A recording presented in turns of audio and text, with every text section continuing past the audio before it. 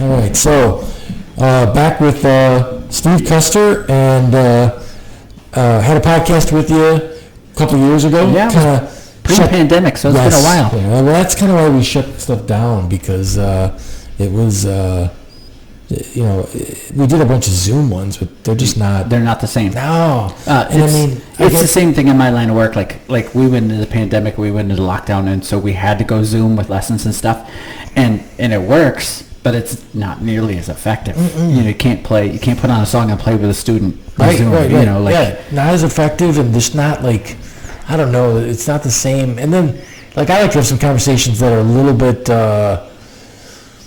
they're not really, I wouldn't say controversial, but like where we kind of butt heads a little bit, you know what I mean? So nothing, people don't seem to get it. I hate to say it, but people from the right don't seem to get it because they seem to feel like they're the thought police. Yeah. And I'm not. Like, I don't. Like, you can think whatever you want. I mean, I got a friend of mine who thinks the earth is flat, and like, hey, I'm fine to have that conversation.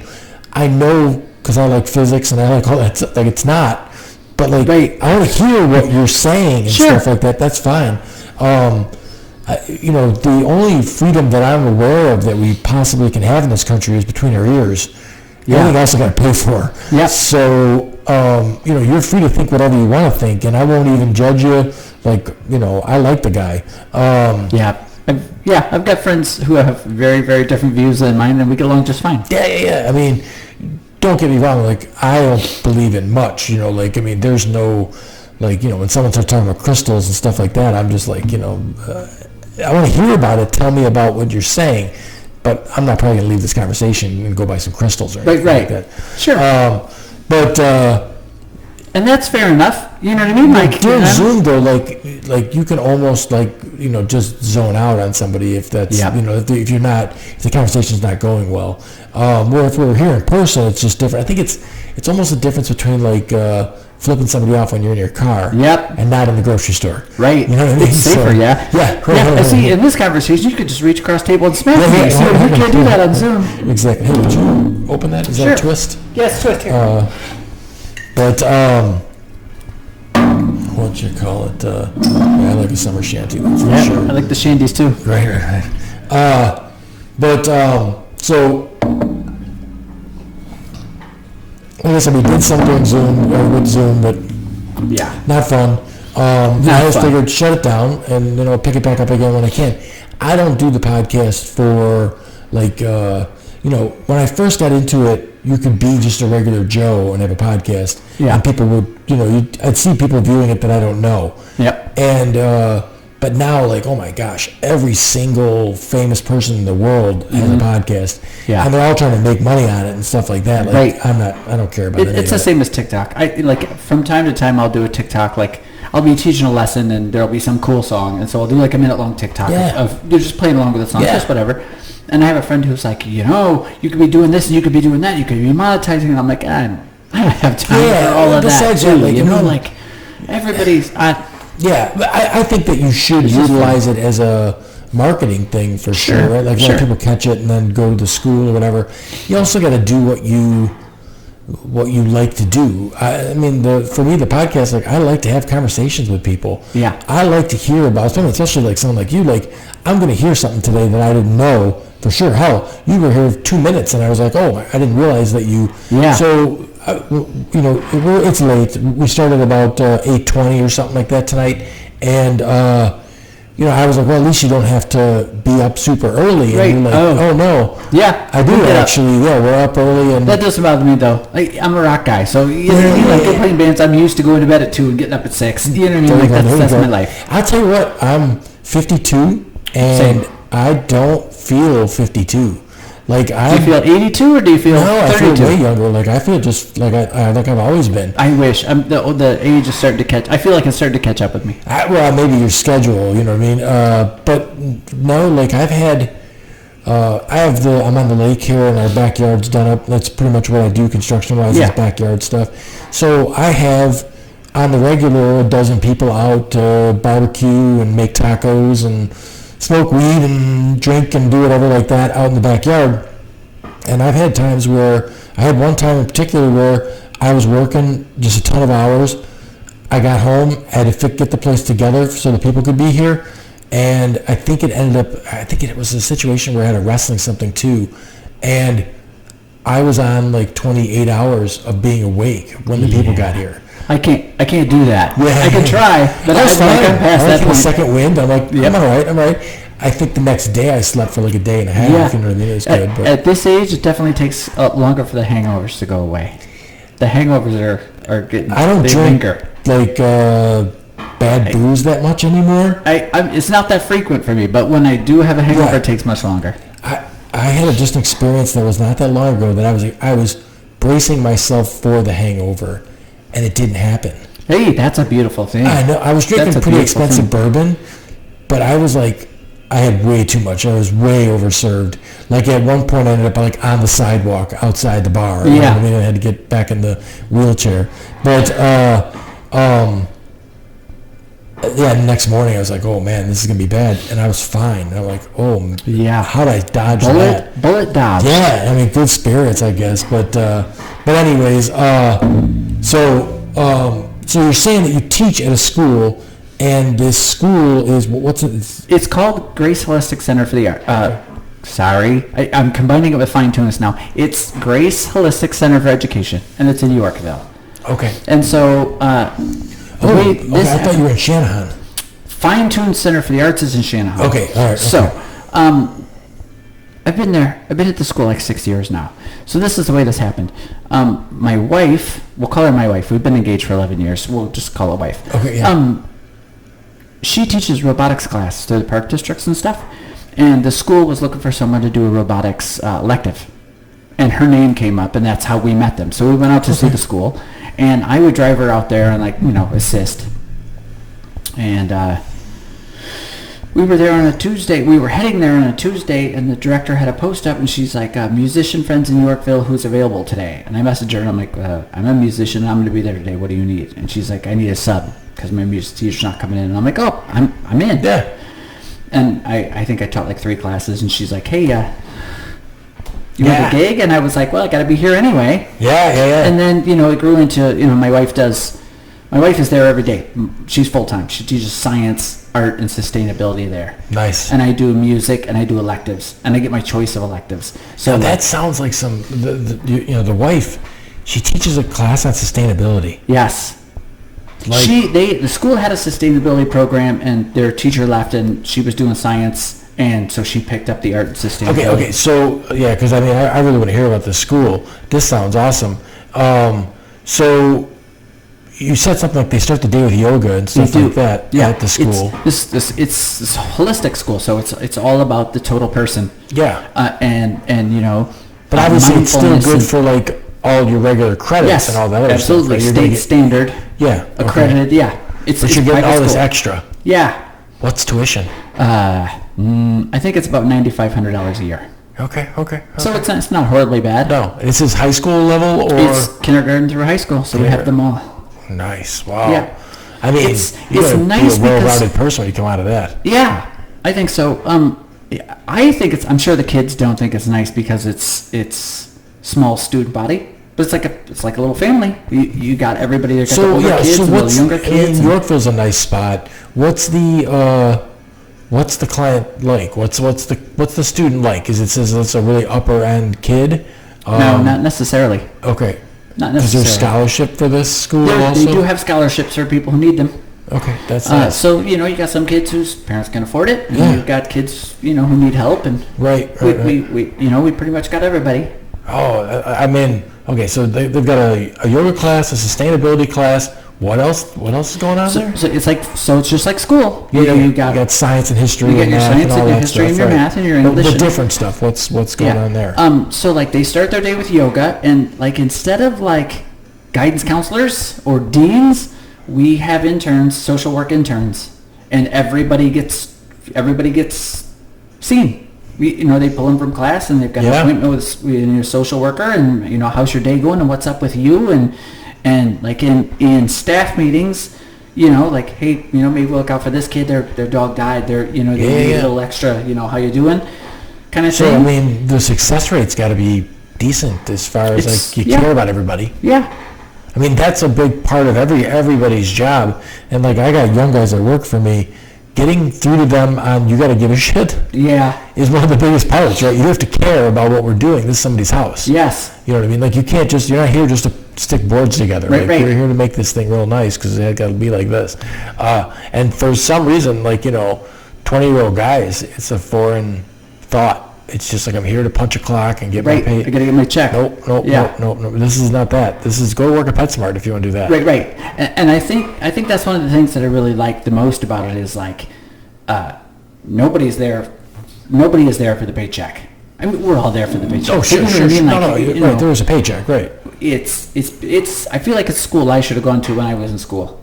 Because, when I was in school, I got in trouble for silly stuff. And, like, pull that stuff here, somebody sits down and goes, hey, what's going on with you? Yeah, what are you doing this for? What's going on? And what choice can we make that might have been better? Sure. And, it's not all about, you got to serve it attention and you're in trouble. Yeah, right. So that was what's going on? What's that? Like, my parents were the disciplinarian type parents, right? Like, my dad, iron fist and all that other stuff, like, literally.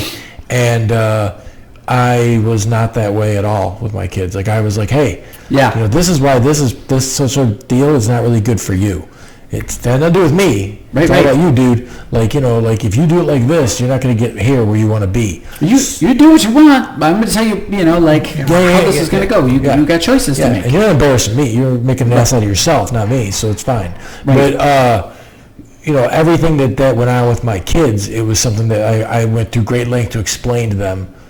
This is the right way for you to do this. And, other people are going to look at it like this too, so you figure it out.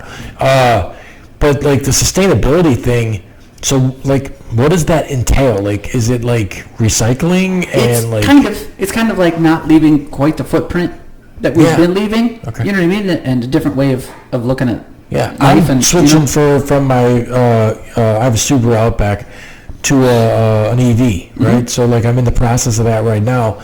And I actually put money down on this Fisker Ocean. It's a new company, but they make the vehicle in a zero carbon footprint plant in Austria, and the vehicle, 25% of the materials in the vehicle are all recycled materials. So, like, it's supposed to be the most sustainable vehicle made right now.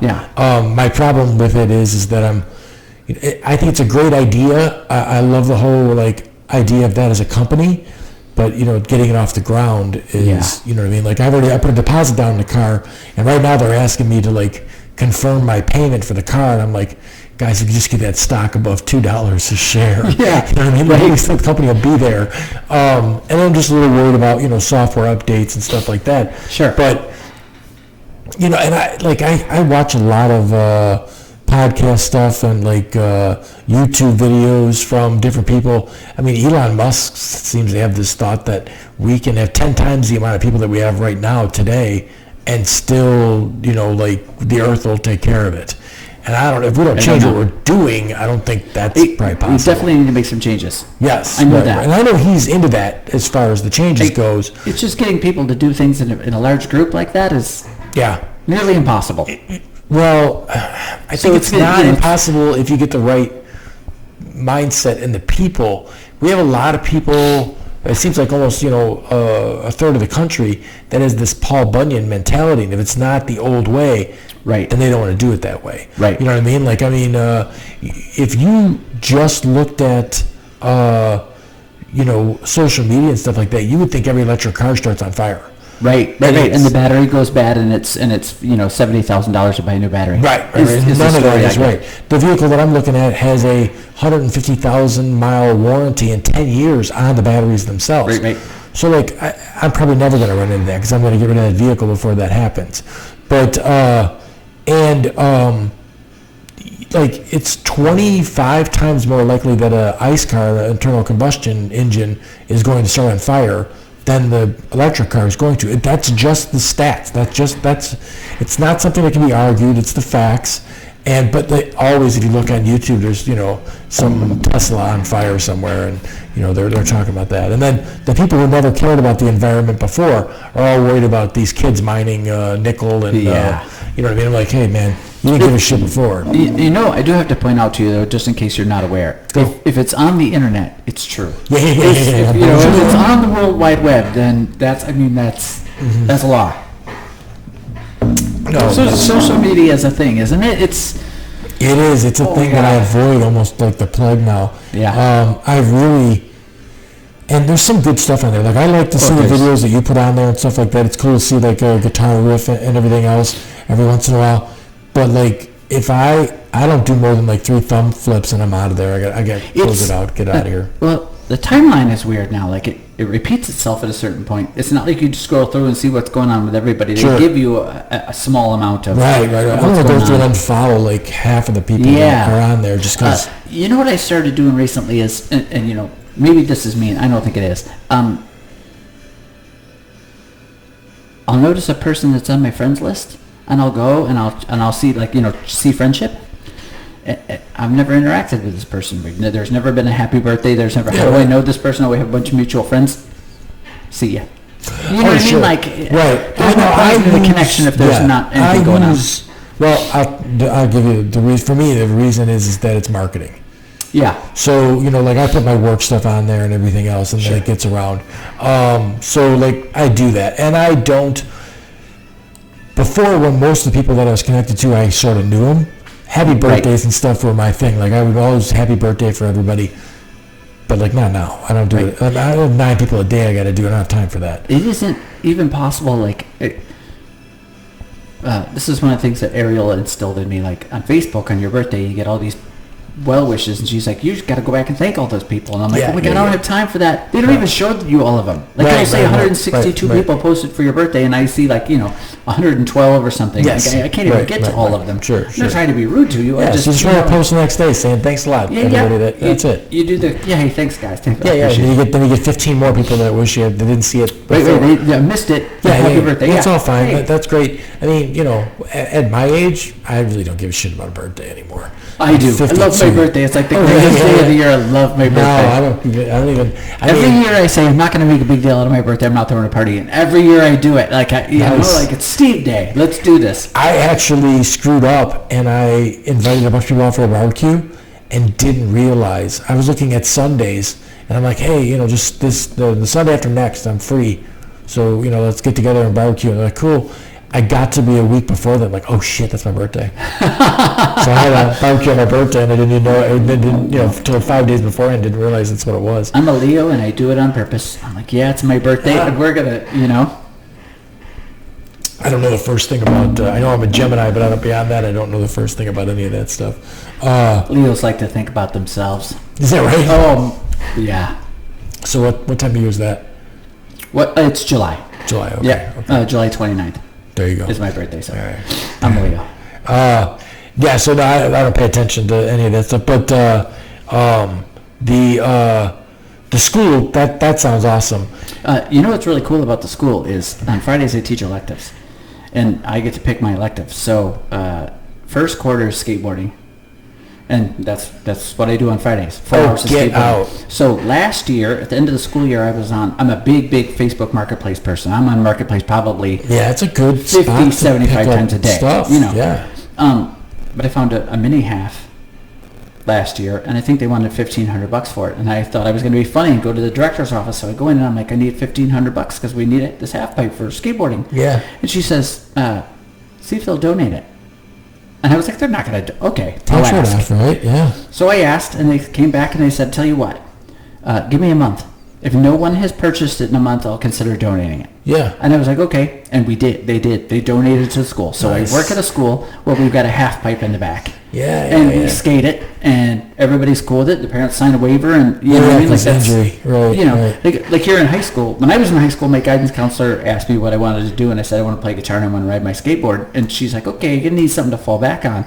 And now I'm looking around going, hey, guess what? Yeah. I play guitar and I ride a skateboard for a living, and I'm not even good at skateboarding anymore.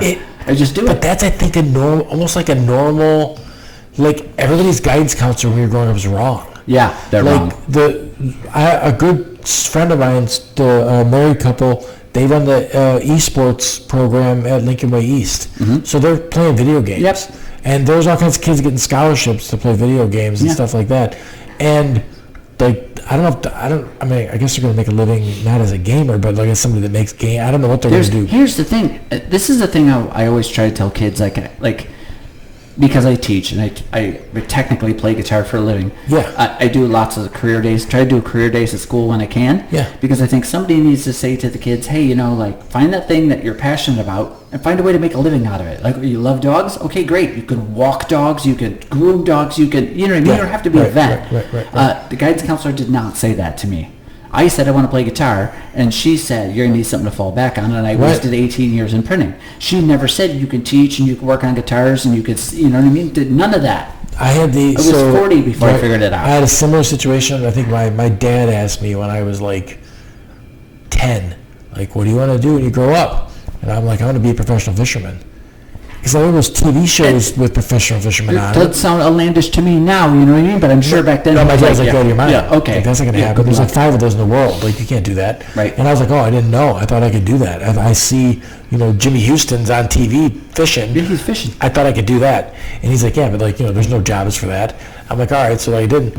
And I mean, yeah, I was passionate about that growing up. Like, my mom was bringing me dinner when I was at like the ponds and stuff like that, Yeah. But yeah, they have high school fishing teams now, and they're sponsored, and it's like insane. It's and there's all kinds of people that like there's a bunch of jiu-jitsu people that I know that they grew up doing judo and jiu-jitsu, and no one thought there was going to be a career there. Now they own jiu-jitsu gyms, and then they're doing that. And I know guys that are in their late 40s and 50s that are still rolling around doing jiu-jitsu. Mm-hmm. So like they're paying a monthly fee to be there and train and do that stuff, and if it makes you happy, then that's great.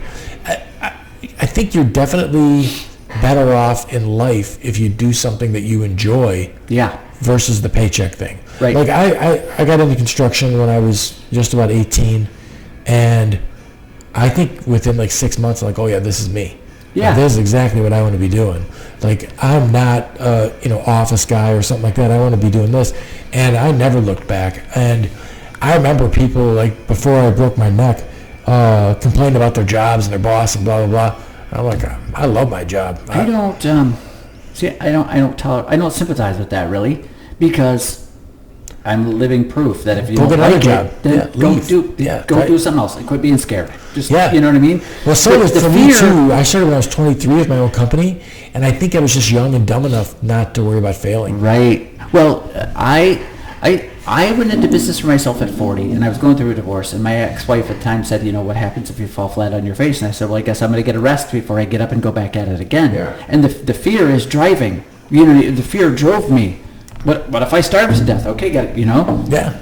If I don't work, I don't get paid. Yeah. So I know. And I was poor at one time. You can really get by on nothing. I remember like eating like just macaroni and cheese, ramen noodles. A can of tuna was 49 cents. I don't even like ramen. You got to do what you got to do. Yeah, I'd make it through. Definitely grew up differently as far as like, we were always like in the gym lifting weights and stuff like that. And I remember when I first started out on my own, I couldn't afford any of that shit. I had a 2-bedroom or 1-bedroom apartment, and it was just me, and I'm just going to do what I'm going to do. It's amazing too, like the things people give you. Like I got divorced and I went through it, and like people are like, oh, you just got your own place? Oh, do you need a TV? I got an extra, you know what I mean? Like stuff fell from the sky. Like it wasn't top of the line. Furniture didn't match. No. I don't care. I had a place to sit. Yeah, great. Somebody's getting rid of it. I cared about any of that I stuff go get anyway. it. Right. Whatever. I do house stuff now, so like everywhere I live starts out as a real dump. Like it's just garbage. I moved in here and it was plywood floors. Yeah. Like I got it to the point where there was a bathroom and the place was closed up. I had no kitchen, nothing. I had just shelves and a microwave sitting there, and it was putting it together as I lived here, sort of a thing. So I have no problem with that. Like I've never been much for even the whole like my son asked, and this goes back to like the punk thing. My son asked me a few years ago, we're talking about music and stuff, and I said, you don't understand how much influence punk is on things that you're listening to. Yeah. Like, there's a lot of punk influence and a lot of things that you don't get it. And he's like, well, okay, so he goes, well, explain that to me. What is punk? And I go, punk is everything. Punk can be reggae. Punk can be folk. Punk can be anything. it's more or less just fuck you, fuck your rules. I'm going to do whatever the fuck I want to do and do it my way. If it's formulaic, it's not punk. Right. The thing that was always the takeaway from punk rock to me was the do it yourself. You know, all those bands booked their own tours, and they made their own recordings, and they made their own careers. Right. And for my understanding, like when I watched some bands mature into better musicians. Sure. A lot of them started out as just crap. Yeah. Like they were just really bad at their instruments and stuff like that. But because they were doing it, they just got better at it. Sure. So, it was better.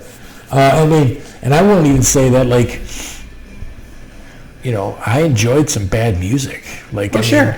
I don't think that Suicidal Tendencies and stuff like that when they first was very good music. But I still enjoyed it. It's more about... It's never been about a technical aspect, really, for me. You know what I mean? Like, you hear about really great... Oh, Steve Vai's really great guitar player. Mm-hmm. Okay. It's more about passion. It's an art. Yeah, I was too dumb to know, like, people would say stuff like that, and I'm like, okay. Yeah, just saying. Right. Like, you know what I mean? Like, it sounds whatever, And I mean, there's really simple music that sounds awesome.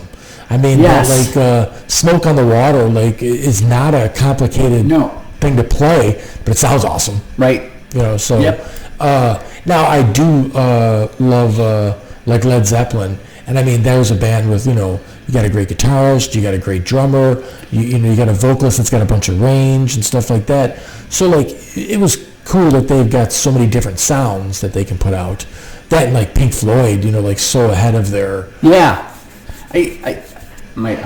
Ariel makes fun of me because I'm not a huge Floyd fan. I hate the Doors. I always hated the Doors. I don't hate Floyd. It's just too slow. Isn't it funny? But some people like I've never been a huge Doors fan. In fact, I just started collecting vinyl. I don't have any Doors, but there's people that love the Doors. I mean, just absolutely adore the Doors. More power to them. It sounds like circus music to me. I don't get it. Yeah. I just like, is it organ and stuff like that? It's just and everybody's like, oh, Jim Morrison was so great. I thought he was terrible. That's just me. It's just me. Right, and I mean. And again, hey, more power to you. You like the Doors? Yeah. Oh, fantastic for you. I don't have any. I have snobbery about music that I want to listen to. Sure. You know what I mean? Like I'm not listening to Taylor Swift anytime soon. It's just not my thing. You know what I mean? Like, and that's fine if you're, if someone's into that, then that's great. I got a buddy of mine and there's some bands when someone like comes out and they're like, I was just joking with them because I was playing London Calling from the Clash this afternoon, and I posted it on Facebook, and my buddy Carl was like, one of my favorite albums, and he hates, and he says with the Raise of 1,000 Suns, the Red Hot Chili Peppers. Oh. And I'm like, I kind of like them. Here's my thing. The bass thing is what I like about them, I think. The Red Hot Chili Peppers and Offspring are in the same category with me because they're both bands with awesome musicians, and the song starts out, and I'm always like, hell yeah, this is fun as hell, and then the singer comes in and ruins it for me. It's the singers. Anthony Kiedis' lyrics are terrible, right? And he always sounds flat to me. Yeah. And Dexter from the Offspring, like he's always got to be telling some joke that's not great. That's just not funny. And you don't sing so great. The Offspring is one that my came out of nowhere. But the song starts, and I'm like, oh yeah. Yeah. My 22-year-old son likes the Offspring a lot, mm-hmm. right? And we're at work and I have a playlist and he's playing. I'm like, there's a lot of Offspring on there. He goes, yeah, I like that. And I'm like, where does that come from? When you're 22 today, like that's like, from the 90s, man. That's not now. What's really amazing to me is last year in music class at school, I did music appreciation. I'd bring a record in. And I picked the record. I would let them pick records occasionally, but I picked the record. You know what I mean? Yeah. Because these kids never heard Ziggy Stardust, and I was like, that's not right. Yeah. You know what I mean? Like, I'm going to put this on, and I'm not going to tell you what it is at first, and we're going to listen to it. Yeah. And you're going to give me your opinion.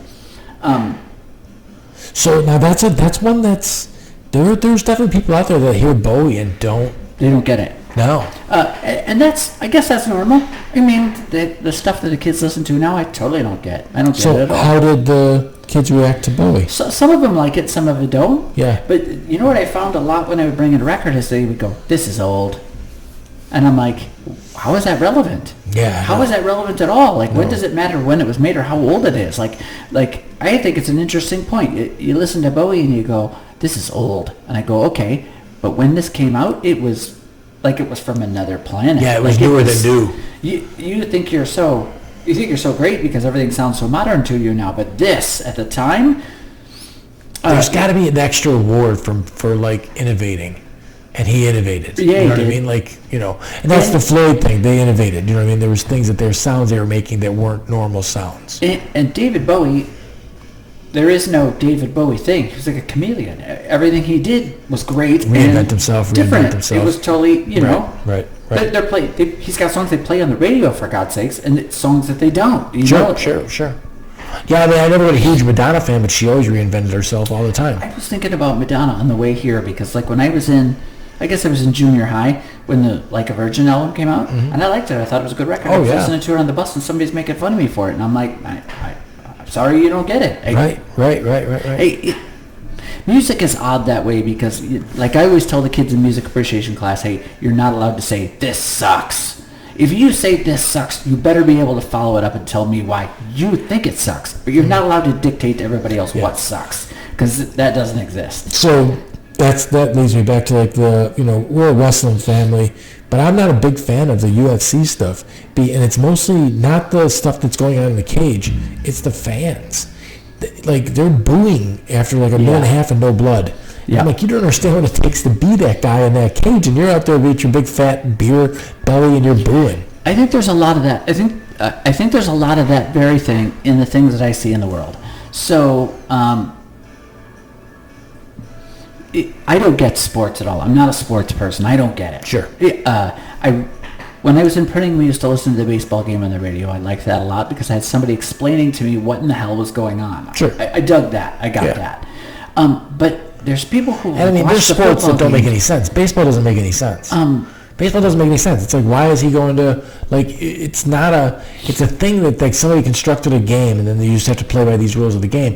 Baseball's the only sport that the defense has the ball. Right. This is true.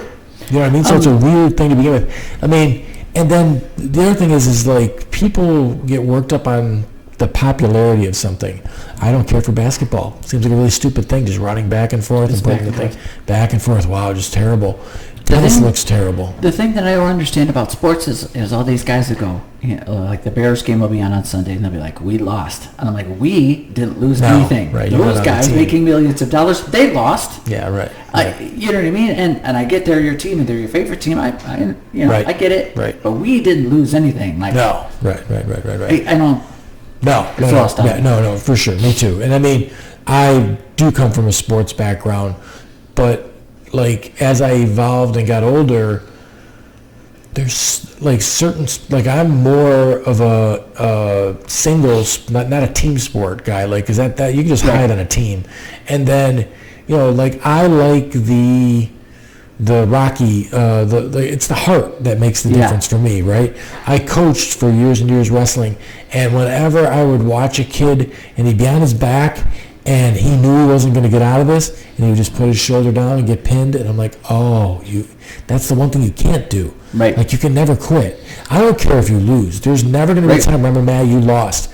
But if you quit, like, that's just, and this is like a life lesson, right? This is like, you can't quit anything. I broke my neck. I was 195, I could bench press 300 pounds, and I woke up out of a coma 21 days later, and I was 154, and I couldn't pick my arms up off the bed. But I ain't quit. Right. Like, there's no, like, none of that. Like, that can't be. And my kids knew that, too. Like, I don't care. You can go 0-3 today. Doesn't matter to me. Just as long as you just keep fighting. I don't care. So, like, those things, and I've never been a guy that's, like, sports teaches you this or that. But, I mean, even in music and stuff like that, the great people, I'm sure someone told David Bowie he was out of his mind. Oh, sure. A million times. What do you put all that goofy makeup on and the hair? What are you doing? And you're wearing a dress, dude. And at that time, that was insane, right? Like, he was way nuts. I mean, that's another crazy thing about, like, if we look back at music and you're like, people were in an outrage with the way the Beatles looked. because they had a little bit of long hair. My dad watched them on the Sullivan Show, and he said these guys, they'll last 6 months. They're terrible, and they'll last 6 months. Right. Because it was such a foreign concept at the time. Sure. Right. And it's funny because they were wearing suits. Like... matching suits. They look good. When punk rock hit in my house, he lost his mind. He had no idea how to, like, I had an American flag in my bedroom that I had spray painted an anarchy sign on, and I thought he was going to have a stroke right there. Sure. And to me, I was a 16-year-old kid.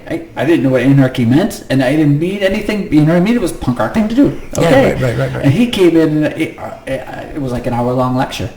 Yeah, you know, you can't do that. Just, Yeah, but I mean, that's punk, right? That means, like, I don't care about, I mean, I'm here to break rules. Like, that's exactly what I'm here to do. And for me, that's what I loved about it. I love that it wasn't like, the vocalist from the Dead Milkmen is not a great vocalist. My dad and I had big discussions about the Dead Milkmen because, you know, he would say, this guy just said this. And I would say, yeah, but he's not saying it in the way you think he's saying it. You know what I mean? Like, there's a little bit of satire there. It's kind of cool that your dad had those discussions with you.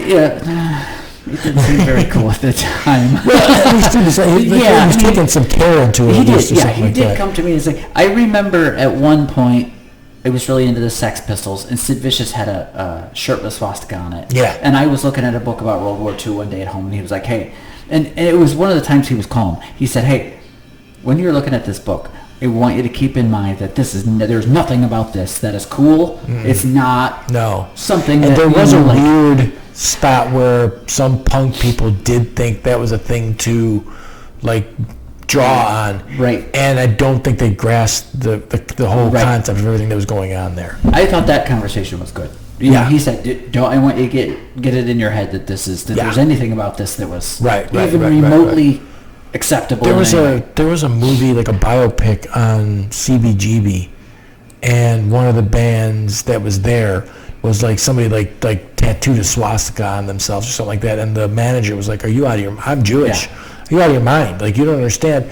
They're like, "Well, it's punk." I'm like, it's not. No, it's not. Right. It's just hate. It's shit.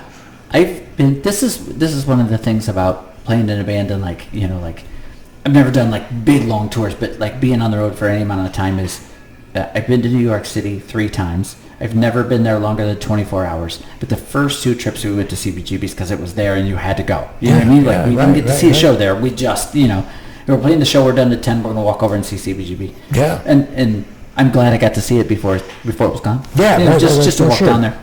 I mean, what a lab of, you know, different. I mean, and some of the stuff, like, I don't understand anyone who doesn't love Blondie. Right? Like, what? Like, that girl, oh my. So much Debbie Harry's so gorgeous. Yep. And, like, just so cool and everything else. Like, absolutely, like, just and you know, I know people were mad, like, it kind of went disco or whatever like that. But, like, it was... So did Kiss. Yeah, it was... Oh, I don't... So, as a little tiny kid, I loved Kiss, you know, like, because of the way they looked. Yeah. But I think about, like, 14 years old, I was like, this sounds like the same song over and over. It's just formulaic, and, like, I don't care for that, so... Why did AC/DC get away with it, though? Like, because AC/DC's real formulaic, too, but it's good. It's, you know? Yeah, it is, and I think there's... Yeah, I don't know. Maybe it was just the Kiss gimmick. You know, it was just too much gimmick. Yeah. You know what I mean? Where AC/DC didn't have that much of that. But yeah, you're right. It's the same. It's very much like, I mean, I liked bands like The Police, where like you could listen to one album and it's totally different than another album. The Police did this thing too that was like wasn't supposed to be popular. You know what I mean? Like they're doing this reggae feel kind of thing, and at that time. They weren't playing that on the radio, like that, you know, and they were so good at it. Like, try to play one of those songs. Now, from my understanding, those are all like well-trained musicians as far as that goes. Like, they knew what they were doing. All those guys knew exactly what they're doing. I've seen a bunch of TikToks with Stuart Copeland talking about the drums, and he said they would say to me, "Well, can't you just play backbeat?" And he's like, "Well, because I don't want to play backbeat.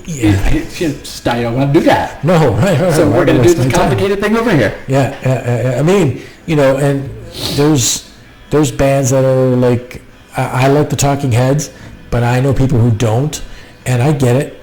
I understand. Like, this performative thing that he's doing, you're not into that. Like, I got that.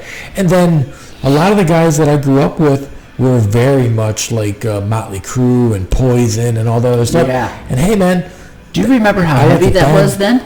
Yeah. Well, I was a Metallica guy, so I liked it heavier than that. When I was in junior high, I remember the kid behind me in one of my classes listening to Motley Crue, and I'm like, God, that's so heavy. Oh my God, it's so heavy. And now I listen to it now, I'm like, oh my God, this is so not heavy at all. Right. This is not heavy at all. Guns N' Roses. I was a punk rocker in high school, and the kid sat next to me. It was in a marketing class. Yeah. He was like a long-haired, jean jacket guy, and so, I'm punk rock. I'm not supposed to be into that. Yeah. And I remember him pulling Appetite for Destruction out of his pocket, putting it on the desk, going, "You need this." And I was like, "Nope, that's not for me. Thank you." Mr. Brown's Stone was that is a freaking terrific. I mean, the whole album. The whole album was awesome. Like a year after high school, I was dating this girl, and she played it, and I'm like, "This is the most amazing thing I've ever heard." That Appetite for Destruction is what the world needs right now. Like, that's what we need. Yeah. I mean, I dig bands like that. Like, I mean, and there's new stuff to me. I love Cage the Elephant. Like, I can listen to Cage the Elephant. It's like, what's interesting to me about them is that their first big thing was Ain't No Rest. Yeah, right? And it's almost like kind of a rappy kind of thing, right? It's kind of like a weird, simple little tune. Yeah, whatever. Sublime-ish kind of. Yeah. And then you listen to their work as they go on, and they're doing like this massive, like kids come in like, I want to learn this song, and I put it on, and I'm like, this is Cage the Elephant? Like, what happened to this, little campy... I love that remake they did with it's a punk song. It's the girls in, she probably lives in Tahiti. I know what song you're talking about. It's on the tip of my tongue. It's that Whole Wide World. Whole Wide World. Right. Yep. And that was like some like obscure punk tune. And so there's something weird with Cage the Elephant. I don't know if they had a connection with some like movie studio stuff, because that song is in a Will Ferrell movie called Stranger Than Fiction, and he's singing it. And then there's another like 2 songs in there that Cage the Elephant did too, from that, like, I don't know if they had like some connection there or something like that, but like it was the first time I heard that Whole Wide World song when we were kids. Yeah. And then I heard it again in that Will Ferrell movie, and then like 4 years later, Cage the Elephant redid it too, and I was like, it's a terrific song. Yeah. Like, I love a song that's got a story, right? I mean, I like Johnny Cash because there's stories in that stuff, right? I mean, A Boy Named Sue, One Piece at a Time. You know what? Shel Silverstein wrote A Boy Named Sue? No, I didn't know that. Yeah. I think he wrote a couple of Johnny Cash tunes, but I know he wrote that. But terrific that you can go for a ride on a song and like get something out of the whole song. Yeah. Not just a chorus, not just a snappy beat. Yes, the storytellers. Yeah. No, it's terrific. There's a band I'm really into called The Hold Steady, and they've been telling stories about the same characters over like 4 or 5 albums now. And like if you really sit down and concentrate, like you're getting that, you can piece the whole thing together. Because they'll tell the story about this character, and then like they'll go off on their other songs, and then an album later, this character will come back. You know what I mean? Like it's just super cool. So it's like one of my favorite authors is John Irving, and I like him because shut up, because he writes. John Irving is my absolute favorite author. Yeah, he doesn't just tell the story. Rules and yes. Oh my gosh. Prayer for Owen Meany. Prayer for Owen Meany is a terrific. They so ruined it when they did that stupid movie. The movie was terrible. It was so bad. I'm like, you took a guy that was supposed to be like just a small stature. So John Irving, I speak German, and so there's always some German speaking in his books. Wrestling he was a wrestler. Yeah, there's a lot of wrestling in his books too. Yeah, so that's in my life. Like there is always some, like he was so cutting edge.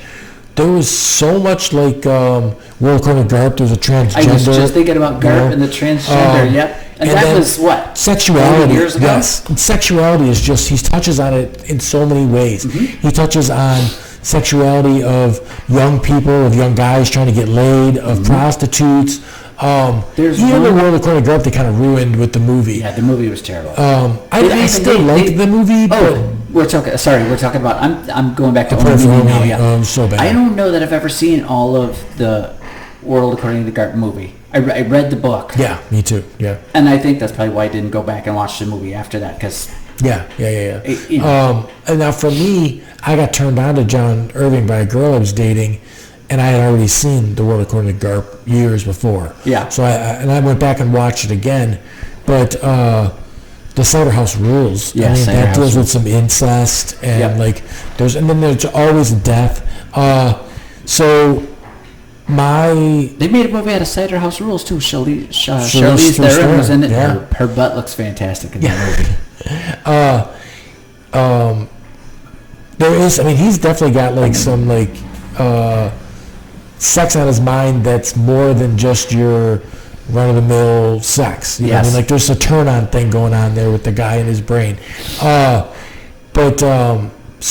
I was dating a girl, had a dog, black lab, and the black lab we were at the house. The black lab got into some poison. He was fine a minute ago, and all of a sudden he coughs and blood comes out. I'm like, oh my gosh. And it's a Sunday. We had to take him to the emergency vet. Emergency vet goes, sorry, like we have to put him in an oxygen chamber. It's going to cost $4,000, and we do not know if he's going to make it. And I was like, I can't spend $4,000 on a dog that I spent $600 on. Right. And I can't do that. And the girlfriend at the time just put the credit card out. She's like, just do it. So I go, you just bought yourself a dog.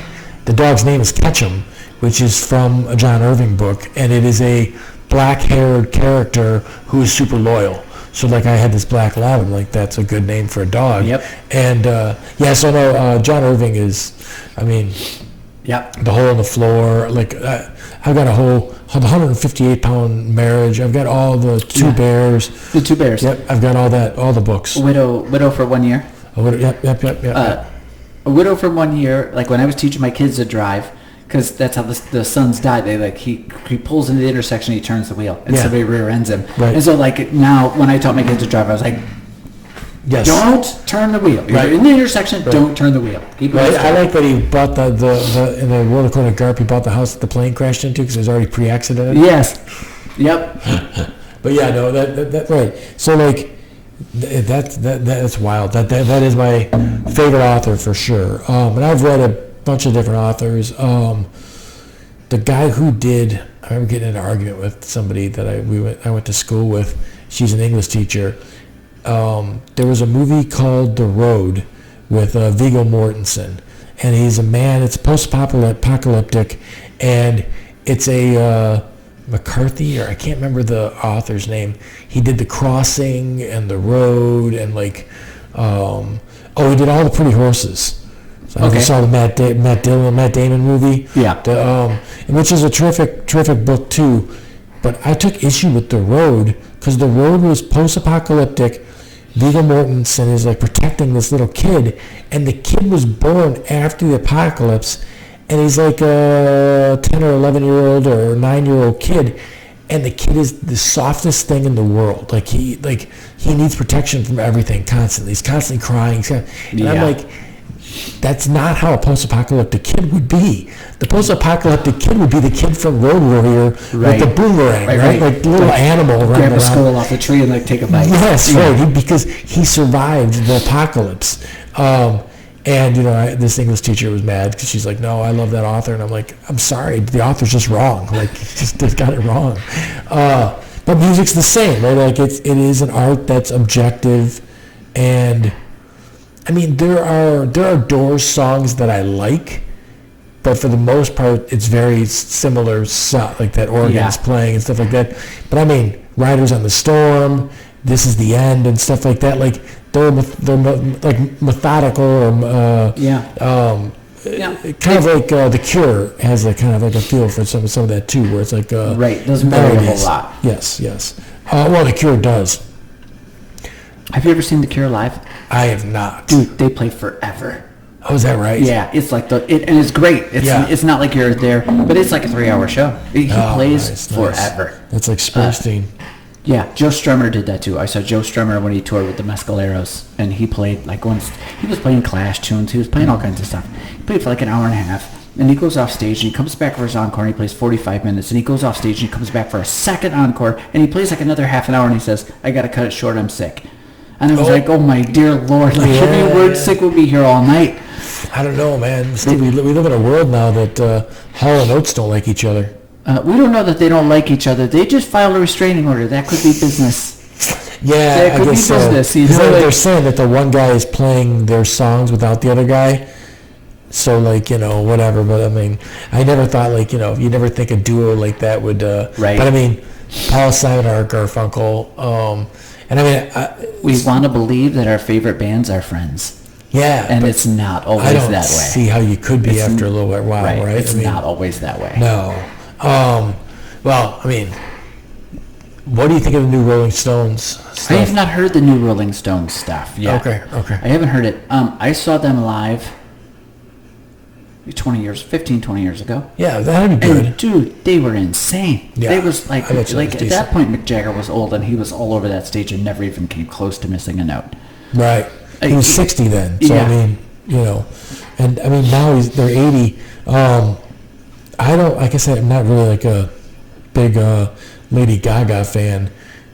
I don't know any of her music that I'm aware of. I don't think I do either. But she's got there's a new Stones song that her and Stevie Wonder are on, and I love it. I just saw this. It was on TikTok. I saw a TikTok. There was a clip with Taylor Swift. And she said, you know, I was in New York, and somebody said to me, Mick Jagger's in New York, and she's like, I'm going to call him. So she called him. She's like, come do Satisfaction with me, and he showed up, and he did it. Yeah. And, you know what I mean? Like, that's the If you're Mick stuff Jagger, why wouldn't you? Right? I mean, whether I like her or not, she's a juggernaut. Yes, she is. You know what I mean? Like, and that is And she's no dummy either. She just did that business move where she got all the rights back to her music because she re-recorded it. Yeah, remastered, right. So I think that's generally how it is, right? Like, so, like, if Led Zeppelin remasters, like, that Mothership CD, double CD that they did, that had all the tunes on there, like, there's something that goes on with music, and I don't quite understand it, where after a certain amount of time, like, the record company has the rights to the music, then you don't. Right. Because, you know, like, in that Ray movie, he wanted his masters. Yes. Where most don't get that. No. So when they remaster it, then they do. So I'm always on the lookout when I'm buying something for something that's remastered, because I want to give the artist the money, not that. But that move by Mick Jagger to go to those Swifties and do anything with her is probably money in the bank. Sure it is. You know what I mean? Like, that's a whole nother audience and everything else.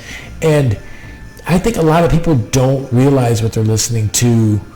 Like, I think it was senior year of high school or junior year of high school, the Beastie Boys came out with the License to Ill. Yeah. And I'm like, I love this. Every song I hear, I love. Yeah. I love this. I did not realize it was mostly Led Zeppelin riffs. For a while there, Bonham was the most sampled drummer in hip-hop. For a long time. Sure. And there's reason for that. You know what I mean? Now it's all computer generated. Like, it sounds like a 10-speed bike tire to me now, the drums in most of the hip-hop. But for a long time, it was Bonham. Right, I would be the old guy, but I don't care for... There's not much hip-hop or rap that I like. And I mean, I grew up with Public Enemy. I saw Public Enemy live a couple of times. Right. And it was great. Like, it was political. It was hard-hitting. It was, the guy was angry about something, and you could understand that he was angry about it and stuff like that, and it was great. And they had Flav. You know what I mean? So on one hand, you got the political, like, you know, and then you got Flav, and they're like... Right. But now I listen to it, like... My son's kind of phasing it out a little bit, which I'm hands off on that stuff. I don't, do whatever you want, man. The only rule that I have is on a job. It can't be like, cocks and tits and none of that. You can't have that. Right. Like, just play the clean version and you can play whatever you want. I kind of do the same thing, like, because we have student rock bands, and I've had him say to me, my mom doesn't care if I swear. And I'm like, okay, but I can't take your band out and put you on stage in front of the whole town and have you swear, because somebody will go, oh yeah, Steve, he lets the kids go out and swear. You can't do that. That's funny. Like, place. I love punk music, but I also don't care for, like, when I see social media and there's a 50-some-odd-year-old man, he's flipping people off all the time. Right. I'm like, oh, dude. Right. Like, that was great when you were 8. Like, just get over it. Will you knock that shit off? Like, I don't care for it. So, like, and I mean, I'm on a construction site. We cuss all day long. Sure. But I don't know what it is about that just is like, I don't need to see a picture. You posted a picture you doing that. Like, it's so old. It's so, like, just play it out. Like, let it go. But then again, like, I don't think I'd want to like a show where a bunch of kids were just being vulgar or something like that, just for the, because you can say things. It isn't even shocking anymore. Right, but you can say things that is shocking, right? Like you can definitely think of something that's a full phrase to say that's shocking. And I mean, that is kind of a wild one, right? I showed up to senior year of high school with a blonde mohawk. Yep, I remember the mohawk. And people were like flipped out. Holy shit. And I mean, I had the combat boots, and like I went to thrift shops to buy. I didn't want to be like the punk that had like I had ripped jeans, right? But like that wasn't my whole thing. I wanted to like wear. You didn't want the uniform. I wanted like different shit. So like I would go and get like checkered, I think they were technically like restaurant worker pants. Yeah. And tuck them into my my combat boots, and some girl had like a brooch. I put that on like turtleneck. Like I just wanted to look different as far as that went. I was the Army jacket kid. I wore my Army jacket all the time. Right. And like senior year at Lincoln, I think I almost failed gym because I would put my uniform on, put my Army jacket over it, and they were giving me no dresses for it. Yeah, right. Like I had to go back and like sure. But I mean, nowadays. So that was shocking. People were like, "Oh man, he died. He bleached his hair, shaved everything. Holy cow!" And now, if I drive by a school, purple, pink, there is no shock value to any of it anymore. It's the same way with the music, though, too. Like when we were in high school, if you were listening to Red Hot Chili Peppers, everybody was like, "What the hell is that?" Yeah. You know what I mean? And like 5 years later, it hit, and there was people in the bar going, "Oh, right." I had a buddy of mine, good friend of mine, who was more of like your AC/DC, Motley Crue, that kind of thing. And I bought that Blood Sugar Sex Magic, and I think Give It Away's on there and stuff. And he was like, "That is an awesome song." Yeah. And I'm like, "Yeah." And then he saw the video. He's like, "I don't know if I could listen to that." And I'm like, "Because you saw?" And he goes, "Yeah, they're kind of like weird." He goes, "Is it gay?" And I'm like, "It's not like who cares?" Right. Like anyway, it doesn't matter. Like doesn't matter. It sounds good, just like it. That's it. And for me, like I've always had that. You could play Dean Martin. I love a gangster movie. So ain't that a kick in the head? Great, play it, man. Like crank it up. Like I don't care. Blood Sugar Sex Magic is the last. That's where Anthony Kiedis that's the end of it for me. I think after that. So Mother's Milk and then that one. Yep, Mother's Milk and Blood Sugar Sex Magic. Yep, and then after that, the mainstream ones, and then they like blast off into the stratosphere after that. They do career-wise, but those two. So I still like them like all the way through, but it is a little like. I'm gonna interrupt you. Go. Blood Sugar Sex Magic and Licensed Ill, which you just mentioned a few minutes ago, both Rick Rubin produced albums. Yeah. And he's not. That's an interesting cat. He's a really interesting cat because he's got it right. Like he says, when I'm making music or I'm working with somebody, the audience is the last person. Yes, I just saw that interview. And I was that's absolutely genius. Yeah. He just wants it for me. It for them. Yep, just make it for you. Which sounds self-centered, but that's why I do it. It makes me happy. Right. I do it for me. If I reach somebody with it, that's even better. That's even better. I do it because that's art, right? Like if someone did a painting and they did it for the audience, it's going to be shit. Right. But if you did it from you, then that's from you, and that's great. And Rubin is, Tom Petty is one of my all-time favorite. Oh, I listen to Tom Petty constantly. I just bought it's a 6-disc Wildflowers and all the rest. Yeah. And Tom's got some I'm in love with a girl on cocaine and it's just great. There's almost a story. You know what I mean? Sort of thing going on there. Rick Rubin produced some of his stuff, and it's just terrific. And then we were just talking about this with Brett, and I went back and looked at it, and I'm sorry to say, hopefully Brett's listening, but he was wrong. You've seen the While My Guitar Gently Weeps, the Prince thing where they did, and you can see Tom Petty and those guys looking at Prince like, holy cow, look at you go, dude. Yeah. And at the end, Prince throws his guitar up, and Brett was like, it doesn't come down. And I'm like, no, it does. Like if you watch the video, you see it land somewhere in the audience. But that was devastating for me when Prince and Tom Petty in the same year. I remember when they announced that Tom Petty was in the hospital, I was like, really, please. Yeah, don't let that happen. This is a guy we need. Yeah. I mean, we needed Prince too, but we didn't hear about that beforehand. You know what I mean? Like, it was like Prince was gone. Right. But yeah, Tom Petty, Tom Petty frequently says that he was fortunate because Tom Petty and the Heartbreakers was signed to a label, and they were given the time to be in the studio and record and learn how to do all that and master their craft before they were really pushed out onto the market and expected to do anything. Sure. Now, in this day and age, you get signed, and if your first song doesn't hit and sell X amount of copies, you're done. You're done. And Tom, some of it's with everything in the world, it's luck, right? Petty really fell into the Traveling Wilburys and all that kind of stuff. Where he's with icons. He's working with Roy Orbison. How'd you like to find yourself in a band with the guys in the Traveling Wilburys? Right. Jesus. So you got a Beatle, you got Roy Orbison, you got. It's just a huge list of people that are just amazing, and they're welcoming you right in. Yeah, and Petty, I always loved that he was suing his record company. And I want to say he was suing him over, percentage share, royalties, whatever it was. Yeah. But he was in court during the day, suing his record company, and he would leave court and he would go to the studio and record. And at the end of the night, they'd take the tapes and hide them somewhere because they knew the record company would come and take them because it belonged to them technically. Right. And the record that they were working on was Damn the Torpedoes. Right. So you're going through all this turmoil and stress in your life, and that's the record that comes out of it. And you can see how it's. I saw a documentary. They were going over all that, and it's just they have a documentary on the Wildflowers album too, and it's just his bass player at the time, Howie Epstein. He was working on Wildflowers. I don't remember. I might be wrong. I might have the details wrong. Howie Epstein was in the studio, and they were working on a song. And Tom said, Howie's sitting in the hallway and he looks unhappy. And I said, what's the matter? You're almost up. It's almost your turn. What's going on? He's like, I don't like this song. I'm not going to play it. I'm going home.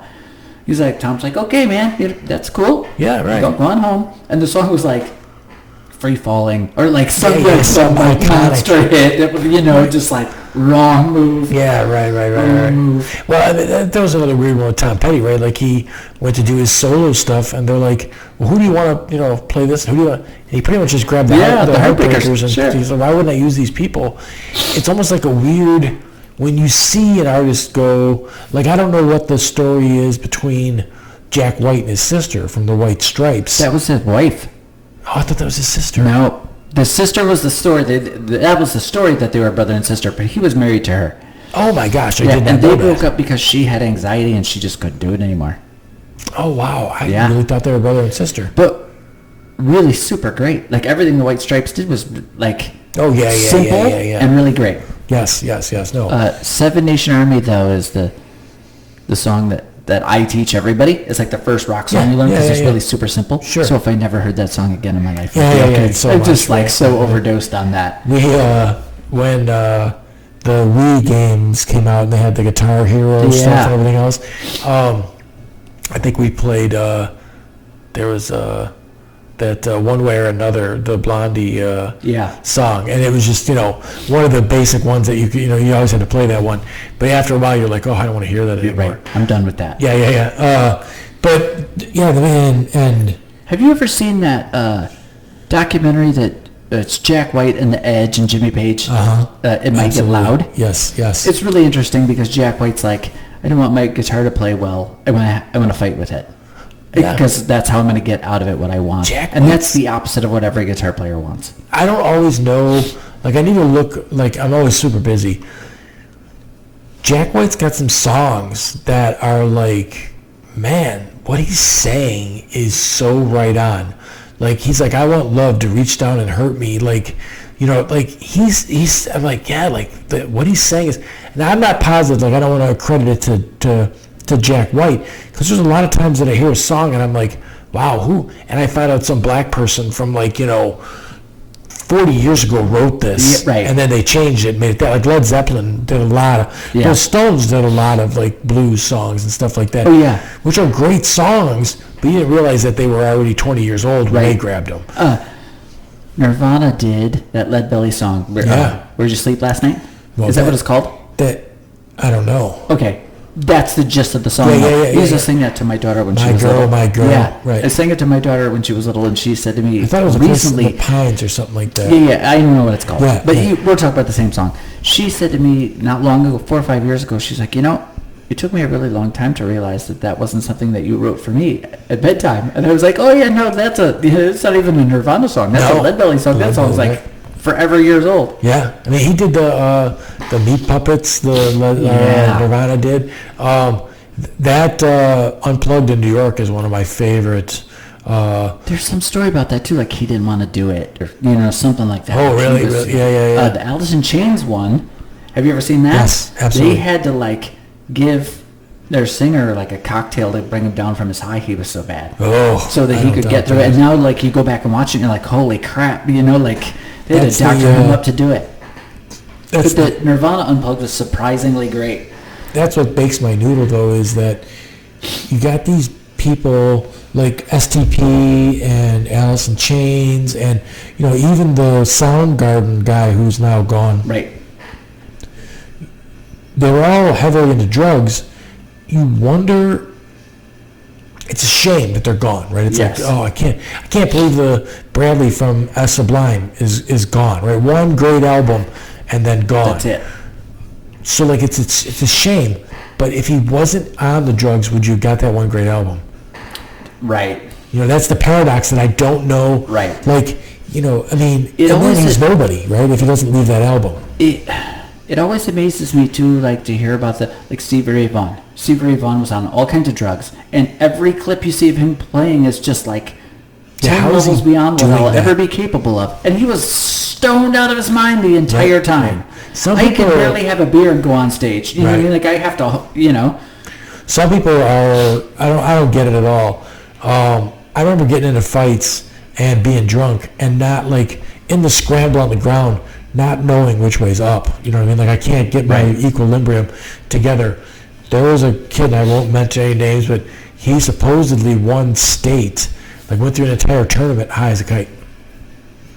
I don't know how you could do it, but he did. So or that's at least the story. And I mean, he's supposed to be a big smoker, but some people are just functional that way. Yeah. I mean, and it's real weird to look at that too, as heroin was a thing that a lot of those old blues people were on.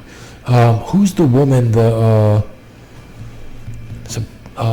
African American. She died of an overdose. Young. I can't remember her name. But you're not talking about Whitney Houston, are you? No. I'm talking about way before that. Okay. I'm talking about way blues, way back. They did a documentary on her, or a biopic on her too. But Ray Charles, you're talking about the 50s, and these guys are all screwed up on smack. I mean, Ray Charles, he made it through it and lived to be older. I mean, even Stevie Ray Vaughan didn't die of drugs. He died in a helicopter crash. Right. After he got clean. Right. He just That's bitch of it. Crying. Well, that and how many musicians, Leonard Skinner, in a plane. They fell out of the sky. Right. And then the day the music died. Yeah. Right. Buddy Holly and Richie Valens and the Big Bopper. Yeah, all die in a plane crash that. That's crazy too. And I guess if you're just at that time flying all over the place, sooner or later that's what's going to happen. Something's going to happen. Right. And then I don't know. I know that they claim there's still a little bit of mystery around the whole Kurt Cobain thing, whether he, I think you can debate that all day, and I think both sides have pretty decent arguments. Yeah, merit. Right. Who knows? Yeah. Well, Courtney knows. I think Courtney knows. Yeah. Right. You know what the amazing thing about Courtney Love to me is if you listen to the whole album Live Through This, it sounds like Kurt Cobain. And then years definitely. Later she's working with Billy Corgan, and that record sounds like Smashing Pumpkins. Right, so you can tell that Courtney Love didn't have a whole lot of ideas. No, and I think that Courtney Love, I mean, how many people out there, what would you do for fame and fortune? Right. So, like, if it's a formulaic thing, like, I get it. Which is an odd thing, because think about fame and fortune. You know, at this point in my life, success on that level would seem really strange, and I'm sure it would make me really unhappy, because you can't go any, you know. I have a friend who he used to work security at the Arcada Theater, and Priscilla Presley was in.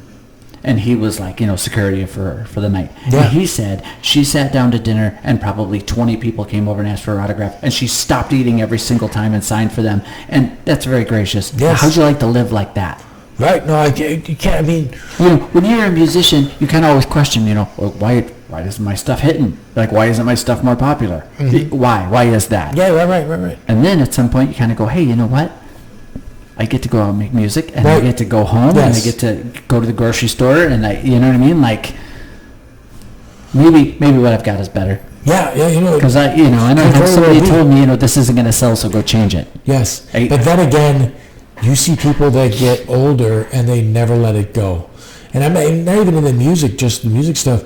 You see people that are like newscasters and politicians and stuff, and they're in their 80s and they still won't let it go. Now, I don't know if like the Stones are just having fun and they're just going to do that. I'm sure they're not doing it for the money. I'm sure they're not doing it for the money, but are they doing it to still be in the spotlight? Because it's got to be an adrenaline rush to be there. I don't know. I tend to think that guys like the Stones do it because there's no other way of life. Because there's a thing about... for so long. I know with me personally, there's a thing about writing songs or having ideas where if there's an idea in my head and I'm playing it on guitar and it doesn't come to fruition, the idea that's standing behind it is not coming through because this thing is standing in its way. You know what I mean? Yeah. So there's this nagging aspect of being creative. Yeah. And so maybe it is that the Stones at this point are like, you know, this is my life and I got this going on in my head and we gotta do something with this. You're supposed to have like brain-wise, like a certain peak and then a fall from that anyway. Yes. You know what I mean? Like you don't, but you would think that the Stones probably have, you know, so many artists around them, you know, that they're going to pick up something off of something that's going to be catchy. Right. Who was the Billy Preston or whatever with the Beatles? You know, the fifth Beatle that came in. And he just had a different sound, and he made some of their stuff just sound better. You know what I mean? As far as that goes. So, like, I think that's great if you can collaborate like that. I mean, people are in awe that the Stones are, you know, 80, 81 years old. Willie Nelson's 90. Right. Still playing. Still smoking? Yeah. Oh, still smoking like a chimney, I guess, too. And he's another one like Jimmy Page that amazes me because Willie Nelson wrote all of Patsy Cline's hits.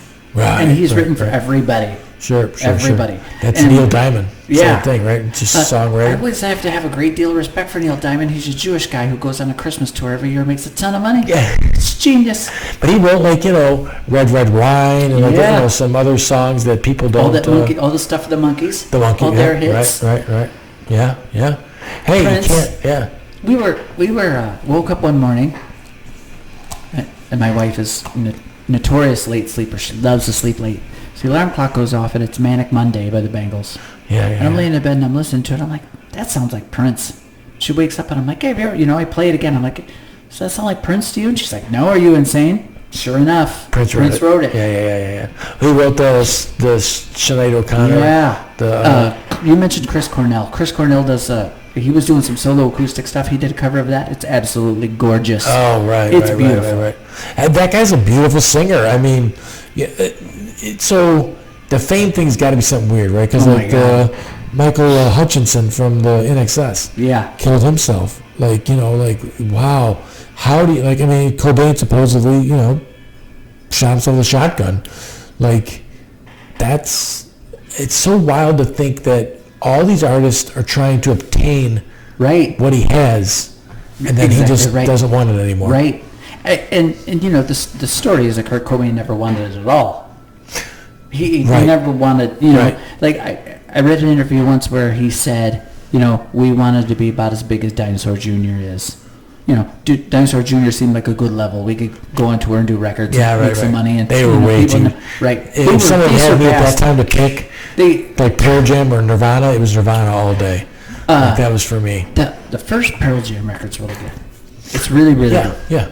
What's that, 10? That's 10. Yeah. Versus is also good, but I saw them on when they toured for Versus, and it was way better live than it was recorded, and that's pretty much where Pearl Jam ends for me. Yeah. I think the best thing that Pearl Jam ever did was State of Love and Trust from the Singles soundtrack.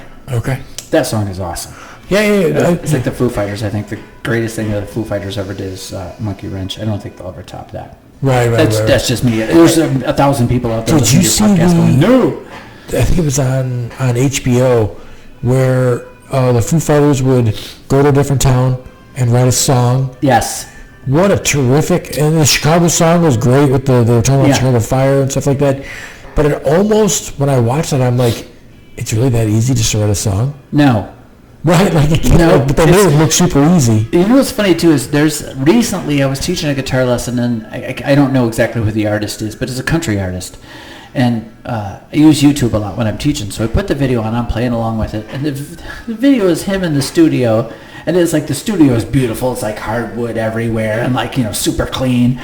And he comes in, and he's got the lyrics on a sheet of paper, and they're like, okay, here we go, and they press the play, and he sings the whole thing in one take, and at the end, everybody's like, yay, that was great. And I was like, this is so funny, because that's 100% not what it's like at all. Right. That's not what it's like at all. I'm sure. And people see this video, and they're like, that's what it's like. I feel bad for that third guy in Nirvana, though, because, he's probably credited for no talent, He's in... I think he went into politics. I think he did something politically. Yeah, I don't know what he's done. There's a bunch of great interviews on Nirvana too, though. I just recently saw one with Chris Novoselic and Dave Grohl, and they, were talking about all that, what it was like to be with Kurt at his worst, right? And what the feeling was like when the band ended, and what it was like when the band hit. Because you remember when Nirvana hit? It came absolutely out of nowhere, and it ended hair metal like a lightning strike. Right. It was just different, just totally different. Yeah. And it's funny now because lots of being in the guitar community, lots of people be like, "Oh yeah, Kurt Cobain, he sucked." Okay, that's a fair enough point. He wasn't super technical. No. But I think that was part of it. We were into this whole hair metal, big guitar thing, and here comes this simple guy. Yeah, simple guy, and for me, he had a heartfelt feeling when he sang. That's what it's all about right there. Whatever you deliver, technical or simple, as long as it comes from the heart, it's going to work. He almost seemed upset when he was singing a lot of times. Yeah. It really seemed like he was crying. They had to trick him on a bunch of stuff. Like when they recorded Nevermind, he didn't want to, a lot of times when you record a record, you play the guitar part 3-4 times, 5-6 times, whatever it is, and they overlay them so it makes it thicker, and they use different amps and stuff. Okay. And he didn't want to do that. That was not real, and that's not what he wanted to do. So Butch Vig, I said in an interview with Butch Vig, and he was like, I would tell Kurt, just play it one time. Just play it one more time. Just to get the feel. Yeah. I think we've got the take, but play it through one time. And he goes, and I would keep doing that to him, and I would get takes. And he just didn't know we were layering guitars because he wouldn't have done it. Yeah, right. Yeah, I mean that's good producer then, right? To get that out of him. But STP, another one that they could not corral the lead singer. Right. The guy was just out of control. Shannon Hoon from Blind Melon, same thing. Talented. Yeah, what a terrible situation with that one too. And then you go back into the 60s and 70s with Janis Joplin, all of these people that were the best. I mean, Jim Croce's a plane wreck or a car wreck or something. I want to say plane wreck, but I might not be right. Yeah, it's not a drug situation. It was something like a car wreck, some kind of abrupt accident. But to lose those people, it's just it's like you're trying to find that guy that's that talented, and then they're gone that way. But some of it too, I don't know if some of the attraction to Nirvana, to STP, is the fact that he's out of fucking control. Yeah. When they had award shows and stuff, they got STP playing, they have to go find the guy because he's screwed up, right? He's in a dress, he's got makeup all over his face, and he's strung out on heroin. But he's gone. We don't know where he went to. You got to fix him to get him to go on stage. Yeah. It's the whole Iraq. It's that Denzel Washington movie where he's the pilot and the guy's got to like, give him some cocaine and the yes, exactly right. They give him a cocktail to bring him down from his high. To get him that guy knows exactly what it is. Which almost, if you're a guy who's playing it straight, it's got to piss you off. Right. You're like, oh, come on, motherfucker. Yeah. Like, we're all trying to be cool here. That reminds me of, have you ever seen the documentary Live Without a Net about Van Halen? It's like Sammy Hagar era Van Halen, but they filmed this whole documentary. No, I don't think I did. Eddie's talking in there, and they're talking about guitar playing, and he goes, I play all the time when I'm at home, but I have to run a tape recorder when I do it because I practice with the TV on, and I'm watching TV. I'm not paying attention to what I'm doing. And they show him, and he's sitting in front of the television, and he's being Eddie Van Halen. Yeah, he's just tearing it up, and he's... From my understanding, that guy, he was one of the guys that just played and played. Yeah. Like, he just played so much. He was not a guitar player. He was a piano player, and he figured out how to play the piano on the guitar. You know what I mean? There you go. And loved it so much that he did it all the time. Right. And so therefore became an innovator because it wasn't Innovator. trying to be absolutely. Right. So that was a guy that did something different. Yeah. And then other people try to copy it after that. Right. I mean, you could make that argument for Elvis. You could make that argument for anybody who was the first one. And the Elvis thing's a little bit like there was probably 3 black guys that were doing the same thing he was doing. They just couldn't get traction. You know what I mean? They were using some of that stuff. I mean, I have I think it's a double album of Little Richard, and that is some unadulterated rock and roll. Yep. Like, it's just straight rock and roll. And if you knew some of the stuff that Tutti Frutti is a freaking filthy song. Yeah. We were driving in the car yesterday, we were listening to the radio, and the DJ says, Bryan Adams recently, this is devastating. This is so surprising. He hinted that summer of '69 is not at all about the year. And I was like, what? Are you kidding me? This is news to you. Like, really? Yes, right. And there was a song one of my student bands wanted to do. It was My Sharona. Kid comes in, he's like, I want to play My Sharona. I'm like, cool, that song's a jam. And I turn it on the mic and listen to the lyrics, and I'm like, we can't do this song. No, right. Can't do this either. Now, what was the one? There was one that doesn't. Some of them don't make any sense to me, and they're supposed to be like filthy. There was like a Louie, like the Kingsmen or something like that. The Louie by the Kingsmen. I think I've heard this before too. And it was supposed to be like. I can't understand what they say in that song anyway. No, so I couldn't either. Like, I'm like, I don't get what's. Not. Yeah, right. I don't see what's going on there. Have you ever seen oh God, who's the guy with Will Ferrell? I can't think of his name. Why I can't think of his name? Step Brothers. And, Pat Riley. I can see his face. Yes, but he's got a rock one that he does where it's like a spoof on Johnny Cash and Dewey Long or something. Yeah, Walk Hard. Yeah. That's fucking hilarious. When they cut his brother in half and the wrong kid died. They get like everybody too. Like there's like the Beatles. Like everything is. Yes, and he does like the whole like Brian Wilson thing where he's strung out on drugs and everything else. The best one is that reoccurring bit from the Ladies Man guy, who was like, yes, this is reefer, man. Yeah, you don't want this. He goes, is it really expensive? He goes, no, it's actually cheap. He goes, no, it makes everything, terrible. He goes, no, it actually makes everything better. It's addictive. No, it's not addictive at all. He goes, oh, you can't have sex on it. He goes, sex is wonderful. He's like, I think I want it. Yeah. But yeah, that's a funny rock one, as far as like a good, a good laugh but like, it's almost poetic, right? Like, it's tragic the way some of these people went. Yeah. But like, I mean, even I remember Sid Vicious. I remember hating the Nancy. Just hating her. Right. Because like I like the Sex Pistols also, right? I was like, really like the Sex. I mean, and that was a band that was like there and gone. Like not a long staying situation. You remember when you were talking a few minutes ago about you see people like, flipping off the camera, you're like, come on, get over it. That's Johnny Rotten to me. Like at this point, I'm just like, really? Sure. I think you just say all the stuff that you say just because it's right for shock and it opposes everything. Like, yeah, it's almost too cheap, if you're doing like that. But if you're doing, and you got the other heavy metal guys, right? Like, Black Sabbath really tapped into that like religious thing where they wanted to talk about God and they wanted and then that freaked people out, right? Yep. And then it was with War Pigs and stuff like that. It was awesome for me.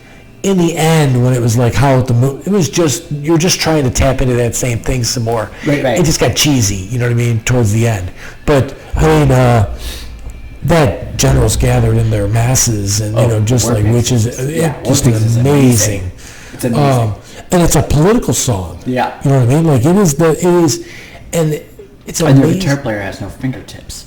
Is it what? He has no fingertips. Well, Tony Iommi. From playing that. No, because like right before he was supposed to quit his job and going on tour. He had an accident at work and cut his fingertips off, and now he's got like this wooden prosthetic thing. So when he plays guitar, he can't feel the string. Oh wow! Yeah, wow. He's playing all that stuff with no fingertips. Tony Iommi is pretty darn good. Yeah, he's pretty darn good. Yeah, pretty darn good guitarist. Yeah. But like, it's amazing that people could put stuff like the fact that all of these people in power use people like pawns in chess, and like. You're supposed to be, like, these songs are political, they're supposed to create change. They never do. The world stays exactly the same. But even, like, and you got young people that are like, rich people, they're doing this bad thing and everything else. And then these same people get older, and they're like, oh, Elon Musk is awesome. Oh, fuck, dude. Like, what happened to you? Like, where'd you lose Elon Musk's not a fucking genius. Right. He's a goddamn rich kid. Like, fuck off. Like, he hires geniuses, no doubt. And I like some of the direction that he goes in with some of his stuff. But, like, let's not have this worship of some douchebag that's rich. Right. Like, you should know better than that, right? People we should, but we get don't. Power and there's lots of things we should know better on that we don't. Yeah. Money gets involved, and that kind of changes the I know better thing. That's a fact. Money is that is, like we were back to the fame thing. You might just be like better off, like if your nut is covered and you're not struggling, you might just be better off like that. You know what I mean? Like sort of a deal. Because, what was there was a movie that they did, it was yesterday, where the Beatles never existed, but these 5 people. There was an Indian dude that was like playing Beatles songs, and the whole world was losing their mind. But he found John Lennon. Yeah. And he was an old man. And he was happy. Yes. Which is like the gift happy of old man lived by a lighthouse or something. Yep. And he wasn't dead, right? Because he didn't get killed. Right. Like, if Tom Petty never got famous, he would still probably be alive. Right. If Prince never got famous, he'd probably still be alive. And you don't know, right? He might have met someone and been as happy as can be. And here's the thing, too, like, you were saying a few minutes ago, if they hadn't died, we get this one great album out of them. That whole train of thought.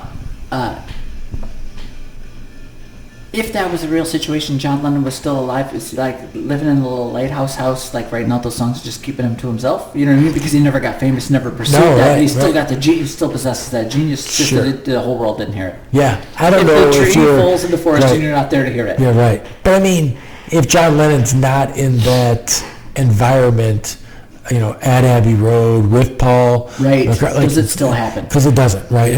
right. You watch, I don't know if you've seen that Get Back. I watched some of it. It's pretty cool to watch them collaborate. It's, I thought it was really accurate portrayal of what being in a band is like. You know what I mean? Because you get George Harrison all super aggravated. Yeah, he was bad. And nobody else knows why. You know what I mean? They're like, we got to go to George and Chuck to find out what's going on. Right. And, you got this guy, like, bringing in songs and sure. people going, yeah, okay, whatever. And then, like, 3 days later going, oh, it was pretty accurate to how things had gone. Paul McCartney did a thing with Rick Rubin. That was like a documentary. Yeah, and they stripped the album back because Rick Rubin had it on the board. That's really super cool. It was super neat to like I learned a whole mess, right? Like that, like the Beatles used to cheat all the time. They would actually speed shit up and everything else. Like they would play things like in a slower pace and then just speed it up and then play it like that way. I don't know how you got away with that when you did it live. They didn't do anything live for a really long time, right? Yeah, they quit touring and they didn't do the live thing. Yeah. I have this book at home, and it's a book about all the musical gear that the Beatles used. And there was this passage in there about how when they would go to Abbey Road to record, the engineers would fight over who had to record them, because when the Beatles went in, they didn't leave until they were done.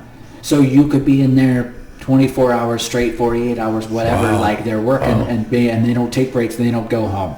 Yeah. And it just struck me as so odd. You got a bunch of engineers fighting about who's going to record the Beatles. Sure.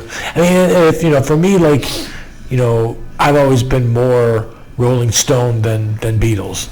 I just like the grittier, more bluesy thing than the poppy thing. Like, it's just not my. There's Beatles songs that, I mean, when you always hear Blackbird singing in the dead, well, that comes. It's iconic. You can't not like that. People always talk about the two stages of the Beatles. Or you like the early Beatles, or you like the hippie Beatles, the later hippie Beatles. There's a middle section in there, and the middle section is perfect. It's like Yesterday, Revolver, Yesterday, Today, and Tomorrow. Like those couple of middle albums are, in my opinion, the Beatles' prime. It's like a cross between before them getting super weird. I found something really cool in one of the documentaries where Palmer, I don't know if it was the one Rick Rubin or what, but he was talking about the first time that the Beatles were together and they heard the Beach Boys' Pet Sounds album, and he was like, "Oh shit! Yeah, this changes everything." There's a story like that about Jeff Beck calls Eric Clapton. He's like, "Hey, there's this kid in London playing blues, and we got to go see him. We're in trouble." And it's Jimi Hendrix. And they're both standing in the room going, "Fuck." Yeah, right. This is more like I can't stand here and watch this kid anymore. I got to go home and practice. Yeah, bye. Right. Yeah. Well, they said that Rick James absolutely hated Prince because he came on the scene and just was like, they knew right away he's better. He's just better than we are. Prince was scary talented. Yes. I mean, it goes without saying. Like, I don't even think people realize. Like, his first album, he played everything. He played everything, right? Right. Exactly right. And, when it happened, we were in high school, and he changed his name to the symbol, and we're like, this guy's a freak. What in the hell? It's actually a genius business move, because he's getting out of his contract and not going by the name Prince. And nobody else is thinking of that. They're all schlepping along going, okay, well, I signed this crappy deal. Well, that's in that Ray movie. And I mean, I don't know, it's a movie, so I don't know what's true or not.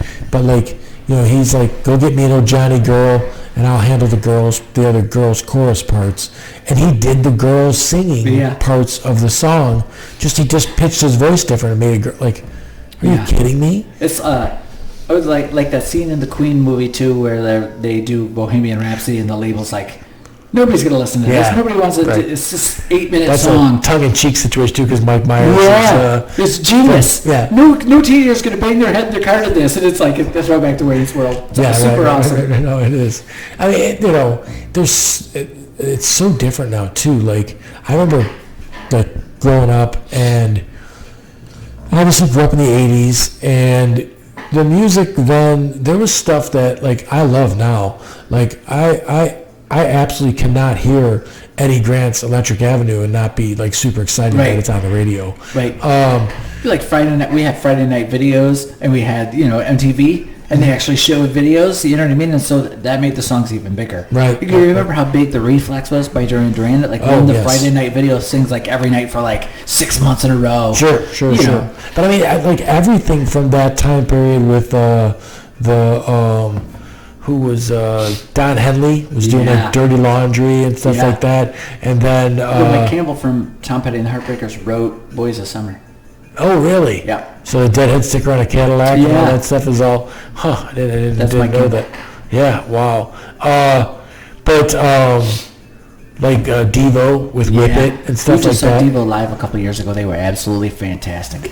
The remake of Satisfaction that Devo does is so not that other song, but it's so fucking awesome on its own. It's like, holy shit, you took a thing and made it like another thing. It's not the same thing at all. It's a totally different thing.